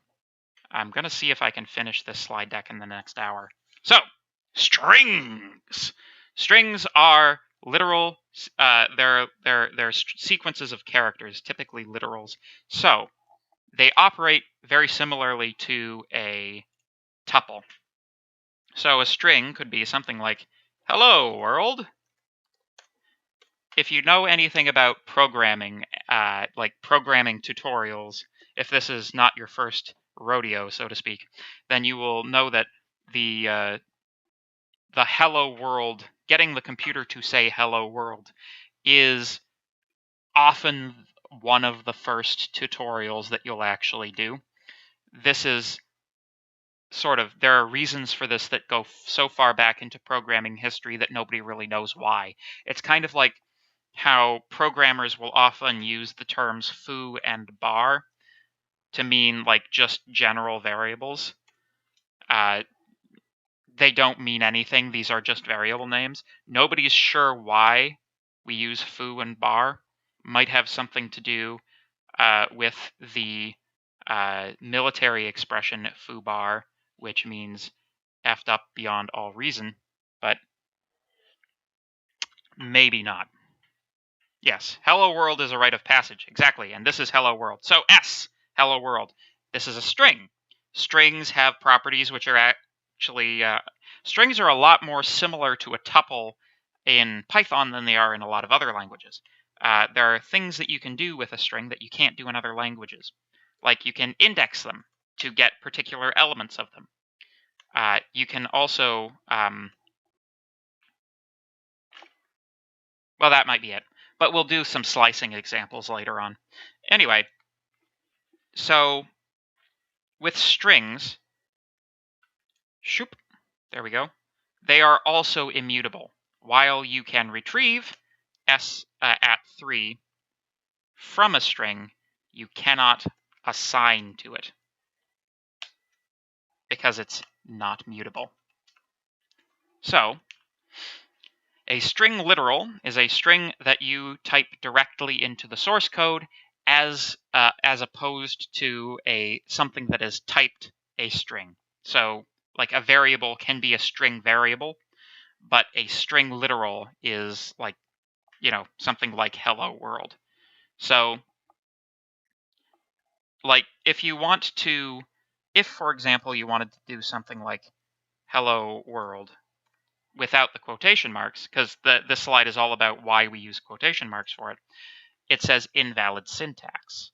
Basically, if it's not enclosed in quotes, it thinks that you're giving it programming commands and keywords, etc., writing a regularly formed expression. But if your intention is not to do that, but to give it a string, a sequence of characters, then what you want to do is you want to enclose it in quotes. In Python, both single and double quotes are acceptable. They are interchangeable. You might notice that I might assign hello world up here with double quotes, and down here it's given back to me in single quotes. That's because it does not matter. Literally no difference whatsoever. The only place where it makes a little bit of difference is if you want to use one type of quote within your string. So if you want to say, I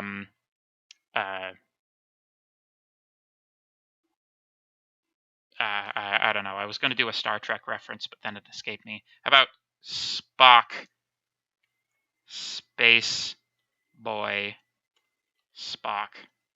Because I don't know I don't know if that's his first or last name. So there you go. Those are valid characters because they're opposite of the characters that delimit the string. The same, you could do it the same way if you swapped the quotes, but if you don't use different types of quotes here, it'll return a syntax error because it thinks, oh, I've got a string here that ends. This is programming code between here and here, and I've got another string here. That's not actually syntactically valid, so I think I'm going to just not compute that if it's all the same to you. What does triple quote mean?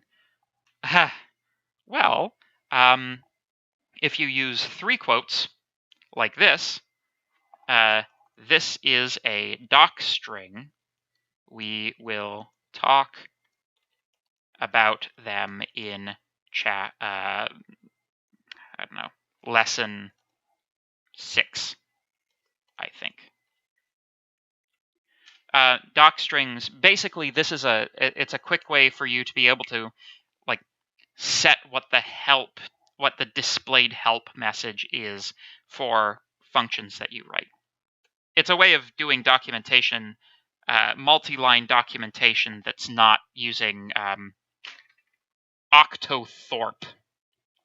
Haha, Octothorpe. Fantastic word. Anyway, so the other way that you can do that is you can use the escape character to denote that a quote is a quote. So escape character, it's kind of a tricky concept, but yes. So when you're writing characters, there are more characters that are usable than the ones that are on your keyboard. Do I have? Yes. So this slide, and I realize the print is like uber tiny, so I'll try to zoom in a little bit here. So if you take a look here, this is what's called the Ascii table. Ascii is a coding, it's an encoding of characters into binary format. So all characters in computers are represented this way. You can see, given whatever character you want to represent, let's say you wanted to represent capital K, this is its binary representation, this is its decimal number representation, hexadecimal representation, etc., etc. So you can see that all of the sort of standard characters are in here. However, and a bunch of like the miscellaneous characters that appear on your keyboard. However, you may notice that your computer uses a lot more than just these. And that's because there are extended Ascii representations. However, there are a bunch of them that aren't actually characters as we think of them. And this is because the character representations have not changed since like the very early days of computing. Like a lot of these are actually, well, actually, ASCII code 15 is for carriage return. That's a character for typewriters, right? When you know when you're typing like and you go ding. If you've ever seen on a movie a typewriter, that ding, that's carriage return. They're returning the carriage so you can start the new line. So, or something like that. So there's and like form feed. Some of these are printer operations. Bell is kind of fun. Like back in the day, you used to be able to get your computer to beep at you, like from the motherboard, from a separate speaker that's in the motherboard, using bell character. I don't think computers really contain it anymore, and more's the pity. But anyway, the problem that we have is that if we use quote to delimit the string, how do we put a quote inside of a string? And the answer is we use what's called an escape character. So if we put a slash in front of our quote, I think that's, I can never remember which one's forward and back. I think that's backslash. There we go. I'm sure chat will correct me. That gives you a quote within the quotes. That's like the legally correct way to do that. The most common use of these escape characters is to do two things, tab and new line.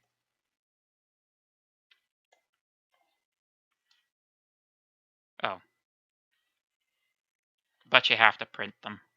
There you go.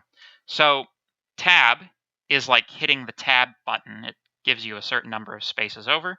And N gives you a new line, so it starts you on the next line. These escaped characters, when they are interpreted by by whatever terminal it is that you're working in, they will be interpreted as new line or tab, operations rather than characters as we think of them. Some Mobos have beep error codes still alive. Good! I feel fantastic and I'm still alive. That's another Portal reference for my Portal gang.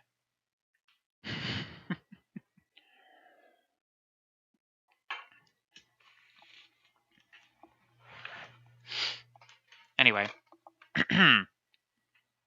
So, yes. Characters are good. This is like the underlying representation, right? So when we do stuff like this, we're sort of invoking the underlying representation. So this is sort of informational about ASCII. Most programming languages have historically only allowed ASCII characters. However, ASCII, which dates from the 60s and was originally used in teletype machines, was originally a 7-bit representation.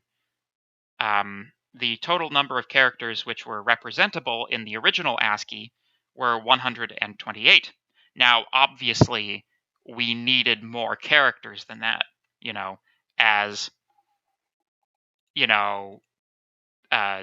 computers became used by people other than people in the Anglosphere.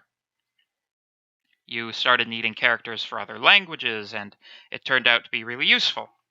Does slash only work on the following one character? No, it works on a bunch of them. In fact, because slash denotes the escape character, you can't actually use it directly. That's a syntax error, right? That's the end of the string literal. However, if you want to insert a slash, oh yeah, you have to print it. You actually slash the slash. There you go. You also use it for tab and new line. So, So anyway, 8-bit ASCII was an improvement. It doubled the number of characters that were allowed, but still wasn't enough. So we eventually developed what's called Unicode. Unicode is the international standard for character representation. It does like so many characters. You know, have you ever browsed through like all of the characters you can insert in like Word or something? I think I have Writer. Yes. Yes, the professor is too cheap to shell out for Microsoft Office subscription. The professor was originally offended that they moved Office to a subscription model and has not forgiven Microsoft since, so he switched to LibreOffice, even though it is vastly inferior. So, with special characters, you ever notice how there's just a buttload of these? Well, these are the Unicode characters. You'll notice it actually gives you the Unicode. Well, I don't know if Microsoft does this, but in LibreOffice, it'll actually give you what the Unicode code is for any particular symbol that you want to look up. And you notice you have like all kinds of languages here, like Cyrillic and Hebrew and things like dagger, which is fun, various currency symbols, rectangles and things, this smiley face, etc., etc., etc. So this is Unicode. There's an awful lot of them. So, however, yeah, character map. Yeah, that's another way to do it. But the first 128 Unicode characters match up with ASCII. So it's really just, they just keep extending it to give it more. However, there are a very large number of possible Unicode characters, and we are nowhere near, we are nowhere near the limit of it yet. Yeah, I know that I could probably get it free through Mac, but it's the principle of the thing.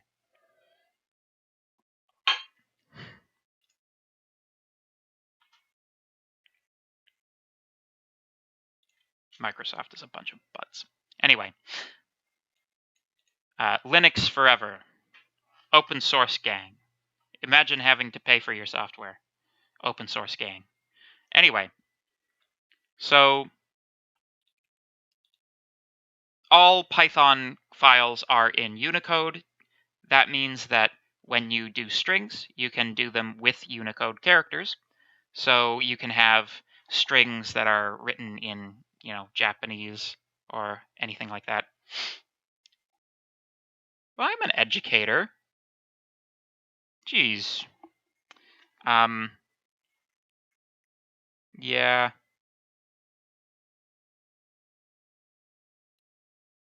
Yeah, I don't know. LaTeX is so much better than everything else. There's really no reason to use anything else. Anyway, you do occasionally, have to... Basically, the only reason that Microsoft gets away with having a monopoly on... an essential monopoly on this sort of thing is because they already essentially have a monopoly on this sort of thing. Anyway, so Unicode, you can do Japanese characters. That's fun. You can do smileys. Haha. So this is cool. Operators on strings. And a lot of these are actually applicable to things that aren't strings as well, like tuples. So bringing back our handy-dandy Python interpreter, if we have a string, our string is S. If we want to get the element 4, as I already said, that's just in the same way as a tuple. If you insert a colon, you get from that character to the end of the string. If you put the colon before the number, you get the string preceding that number. And if you go from 2 to 7, for example, you get to slice a chunk out of the middle of the string. This is what's called string slicing. So essentially the rules are, you start at the first argument, you end at 1 minus the last argument. If it's blank, it's assumed to be either the end of the string or the beginning of the string, respectively.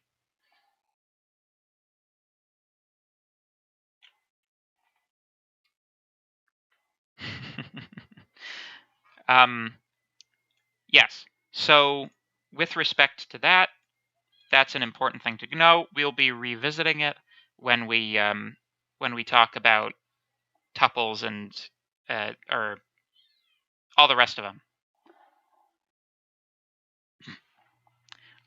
Anyway, that kitten is so cute. Meow. I don't know if you guys can hear that over the mic. Anyway, so the length operator still applies. So you can tell how long a string is using length. That's actually true for all of these data structures that we're going to be talking about. You can also count the occurrences of a substring. So let's say you wanted to know the number of L's in Hello World. There are 3. And if you want to find at what point in a string a particular value occurs, like E, that occurs at index 1. So that's all cool stuff. Similarly to tuples, strings are immutable. So as I demonstrated, you can't, like, this is an invalid operation. Here are some more operations, which might be fun. Concatenation. The concatenation operator that worked on tuples is also applicable to strings. So if you want to say, spam plus and beans, you get spam and beans. If you want to determine inclusion, you can... Don't you scratch the couch.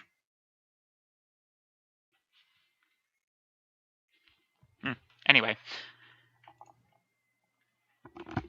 if you want to determine if a substring is inside of a string, you go x is equal to... oh, my goodness. Sorry, guys, I was thinking about scratching posts.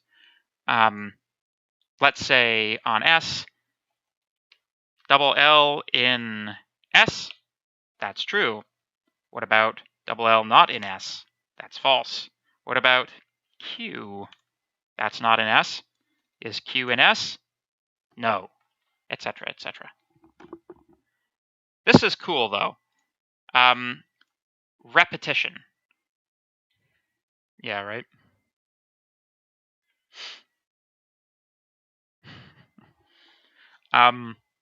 So the if you want...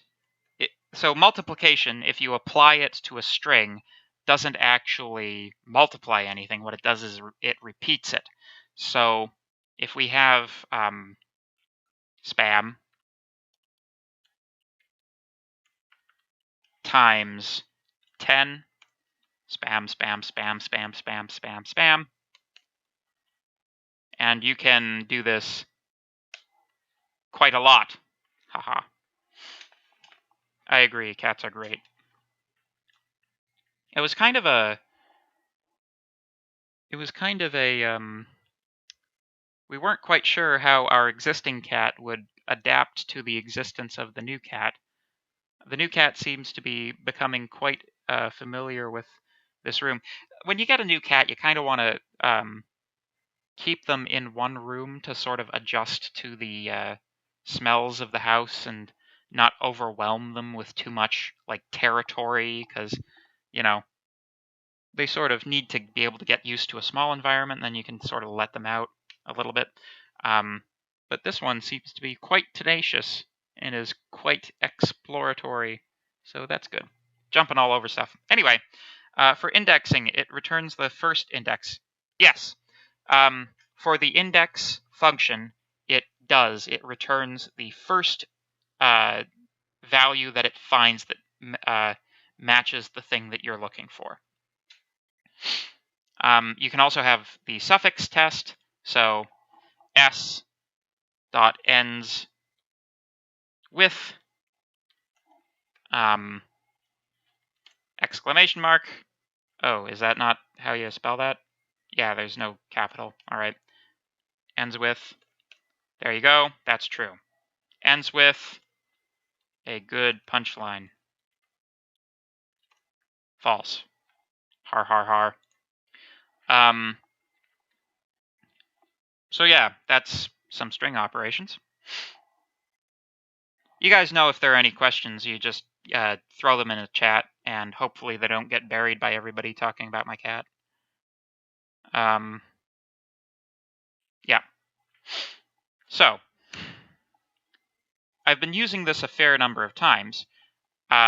It's less important in the shell because you can just ask for what the value of something is, and it'll just tell you. But if you're creating a actual Python script file, a la these guys, you can insert print functions to say things. You can insert print functions at any point, and that will print things out to the console as the program executes. So this can be an extremely useful debugging tool. You can even have it return the values of intermediate variables that you are using inside of your functions. So by using print statements, you can essentially perform tracing and get the program to divulge information about what it's doing on the inside, which is super, super important for figuring out what's wrong with the program. When you guys are working on your assignments, you will inevitably run into cases where you don't know what the problem is with your code that you're writing. If you don't know what the problem is with the code you're writing, write some print statements. See what the variables are doing. If you do that, then you can often say, oh, but that's not what that's supposed to be doing. Obviously, I made this mistake. And then you can fix it. So print statements, very, very, very useful. It's actually a function. It's not a statement, but, you know, everybody calls them print statements. And, you know, that's how it goes. Anyway, you can also get input from the user. This is kind of cool. So if I want to say, for example, answer input, how many marks is the test worth?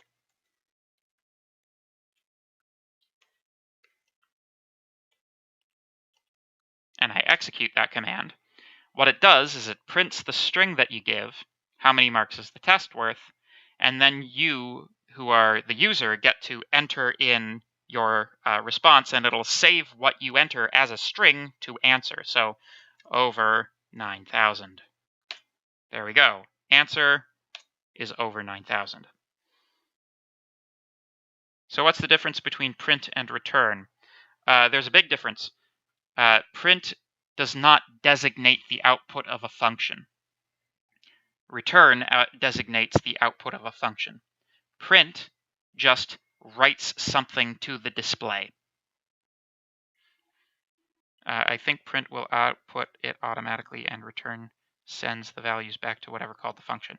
Yeah, that's another way. Okay, I see where the confusion is. In your brain, separate the idea of writing to the terminal from the idea of output. They're different concepts. So when I'm talking about input and output, I'm talking about them in a more purely mathematical sense. You've got inputs coming in, you've got outputs coming out, right? Print statements do not... Meow indeed.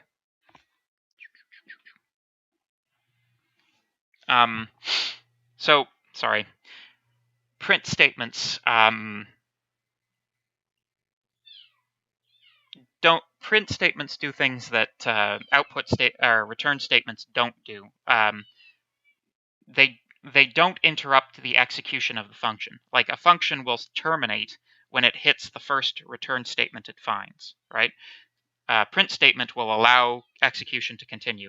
It's more like annotation than output, if that makes sense. Now we have to wait 5 episodes to get to the next topic.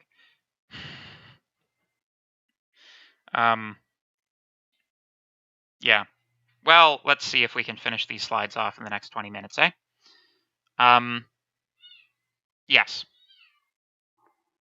So, you know,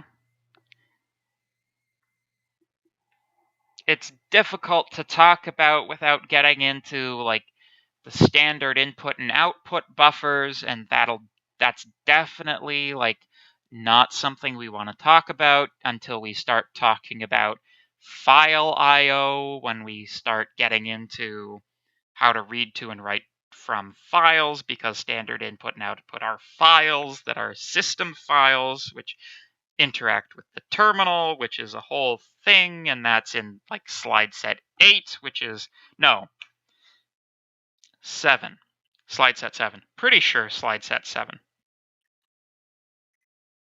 You want to see the kitten? Yeah, I know. Well, I mean, the cat has to learn that we are not always going to pay attention to it, you know?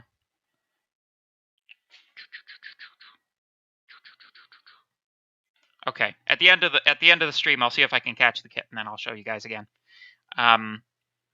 It's hard. Like, I never realized this about having a black cat, but, like, they can hide under things a lot more effectively because they just camouflage into shadows. It's crazy. Anyway, so there's another thing you can do with strings called formatting. Hopefully that answered your question, by the way. You can essentially leave holes in strings to be able to fill them in with the values from variables or literals that exist in other places in your code. So, for example, if we wanted to write a quick define happy bee day,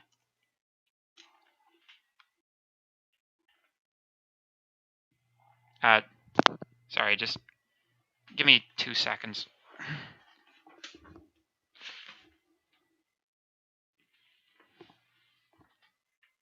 Just want to make sure the cat isn't scratching the couch.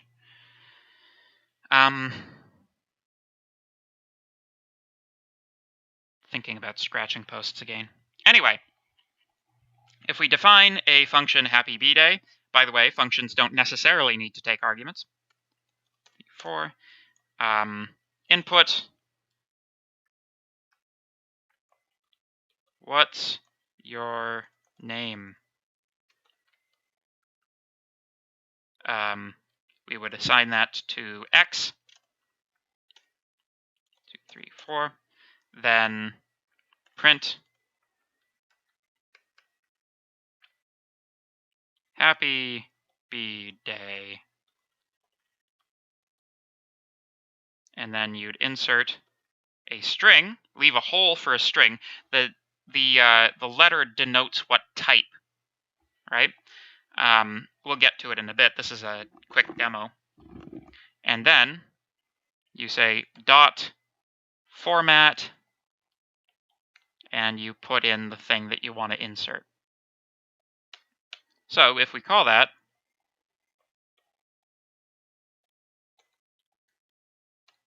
what's your name? Awesome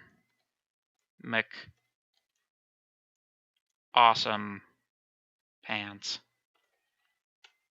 Happy bee day, awesome McAwesome pants. It kind of doesn't make a lot of sense to do that at like the end of a string, because you could just do concatenation, but at any rate, that's a different way of doing it. Kind of off topic, but how do we submit the assignment through Jupyter? So, oh yeah. Okay, I will tell you. I'm sorry I haven't gotten to making that video yet, but this is how it works, okay? That's okay. It's off topic, but it's important. So when you see Jupyter, you will see a bunch of tabs along the top, right? One of them is assignments. You click on that, and you get a listing of all of the assignments, right?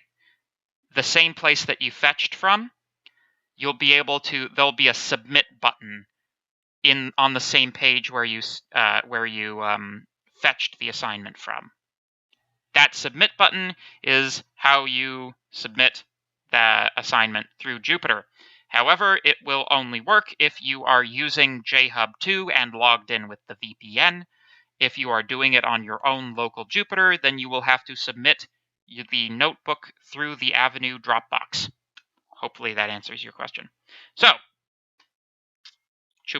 there we go. So, when you leave holes in strings for things to be filled in, if you put an S, that means string, so that it's going to expect you to use a string here. If you do D, that means integer for some reason. I don't know why it's not I, but there you go. If you put an integer here, it'll be plunked into that hole there. If you can use some pretty fancy stuff too, like 0.3f means format a floating point to 3 decimal places. So we can kind of do that. Is math.py still here?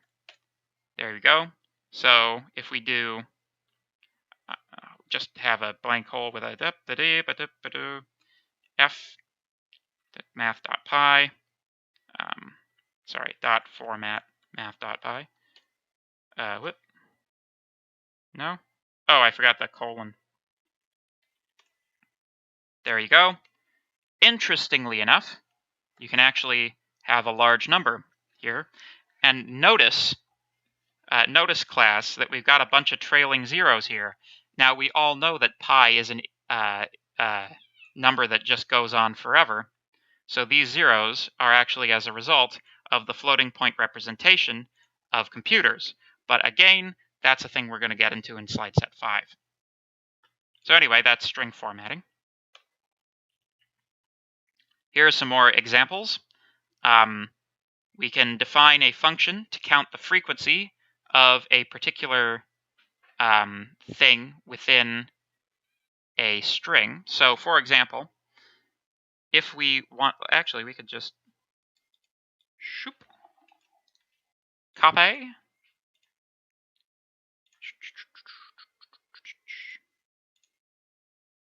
Where's my PowerShell? There we are. Ha ha. Control-Shift-V. Thank you so much to the people who've been helping me with the PowerShell, by the way. Copy. Paste. There we go. So, if we want to take the frequency of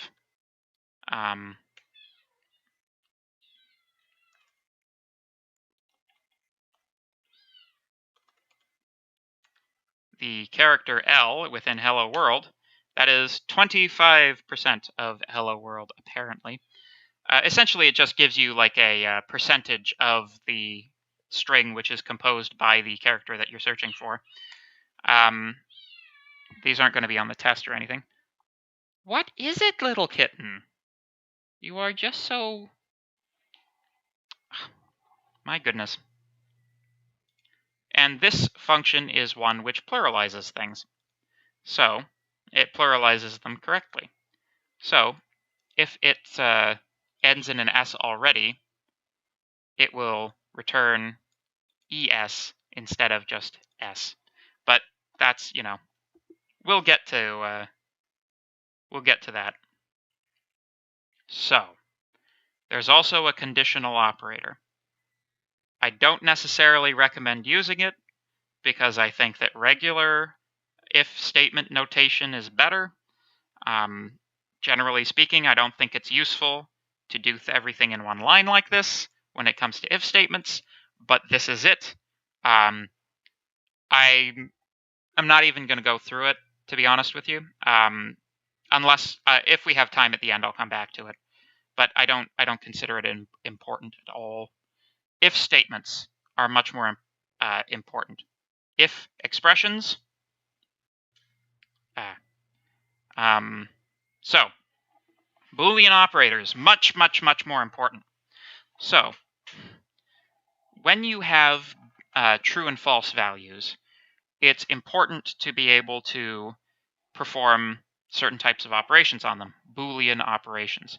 So these are derived from propositional logic, which is a branch of mathematics. And, excuse me, she's playing with her tail. Oh, I'm sorry. It's so cute. So, and if C and B, if B and C are Boolean variables, right? B and C could both be true or false. If B is true and C is true, then B and C is true. With or, if B is true or C is true, then B or C is true. So the way that you can sort of do this is if you have x is equal to 6, x is less than 2, and x is greater than or equal to 9. False. Why? What? Oh, yeah, I excluded. I should have done it this way if I expected a true result. There we go. So that checks to see if x is within a certain range, right? You test to see if it's greater than a particular number or less, and at the same time less than another one. So, exclusive OR is kind of an interesting one. B exclusive OR C is true if and only if one of B or C is true. So it's not used very much, except in like electronics. But yeah. Oh, finger biting kittens. She's just kind of staring at me. Anyway. So you also have not. Not is a unary Boolean operator. It's very simple. Not true, not true, not true is false. Not false is true. Logic. Logic is the best math. Just saying. So this is, kind of interesting. And this is kind of getting into a little bit of propositional logic, which is not at all the topic of this course, but still interesting maybe. So in propositional logic, which is actually a system of, like a philosophical reasoning system that was developed by philosophers, instead of B and C being Boolean literals in a programming sense, like true and false, you can actually replace them with propositions. Propositions can be things like, it is Tuesday, or my cat is a new cat. In this particular case, on this slide, we have B is, I ate ice cream. C is, I ate ketchup. B and C means, I ate ice cream and ketchup. Not B and C means, I did not eat ice cream and ketchup. However, not B is, I did not eat ice cream. Not C is, I did not eat ketchup. Not B or not C means, I neither eat, either I did not eat ice cream or I did not eat ketchup. So it's kind of like,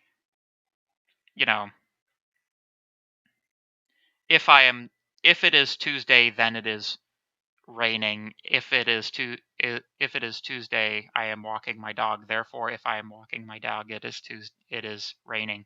It's stuff like that, but it's not terribly important for this course. But it's like, you have to, in order to work with logic, you have to be able to abstract yourself from your current situation. You must be able to reason on the proposition "it is Tuesday" without it being Tuesday. That's sort of the mental leap that's necessary in order to be a logician. Actually, a lot of my sort of thesis work has to do with formal logic, and man, does it get complicated. This is definitely the shallow end of the pool. But anyway, here's a question. X is true, Y is false. What is Z if Z is not X and not Y or Y? I will give you guys a moment to try to figure that one out. Also, this is the last slide. While you guys submit your answers, I'm going to see if I can catch the kitten. Oh, she heard me say that.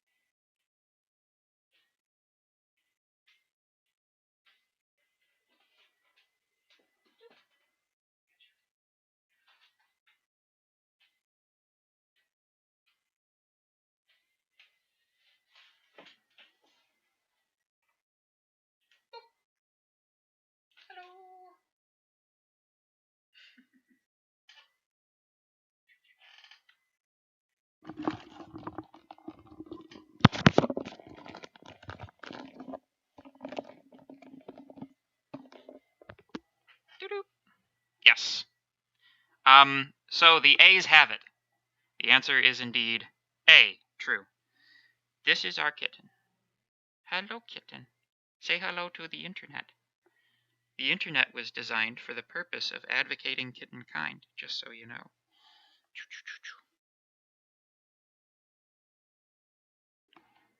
Yeah. So, that about wraps it up for today. If you want to stay on the stream for a few more moments, I'll explain conditional operator. So cute. Yes. So, so the way that the conditional operator works is you have a Boolean condition B, and you have two statements, E and F. So, if the condition B is true, then you execute statement E. If the condition ends up false, you execute statement F. So, as a result of that, if you put a not here, then you end up just effectively reversing the positions of E and F. But yeah, that's how conditional operate works. The kitty is not the cutest thing ever. Yeah, she's still recovering from her surgery. Actually, it's not like the cat was injured or anything.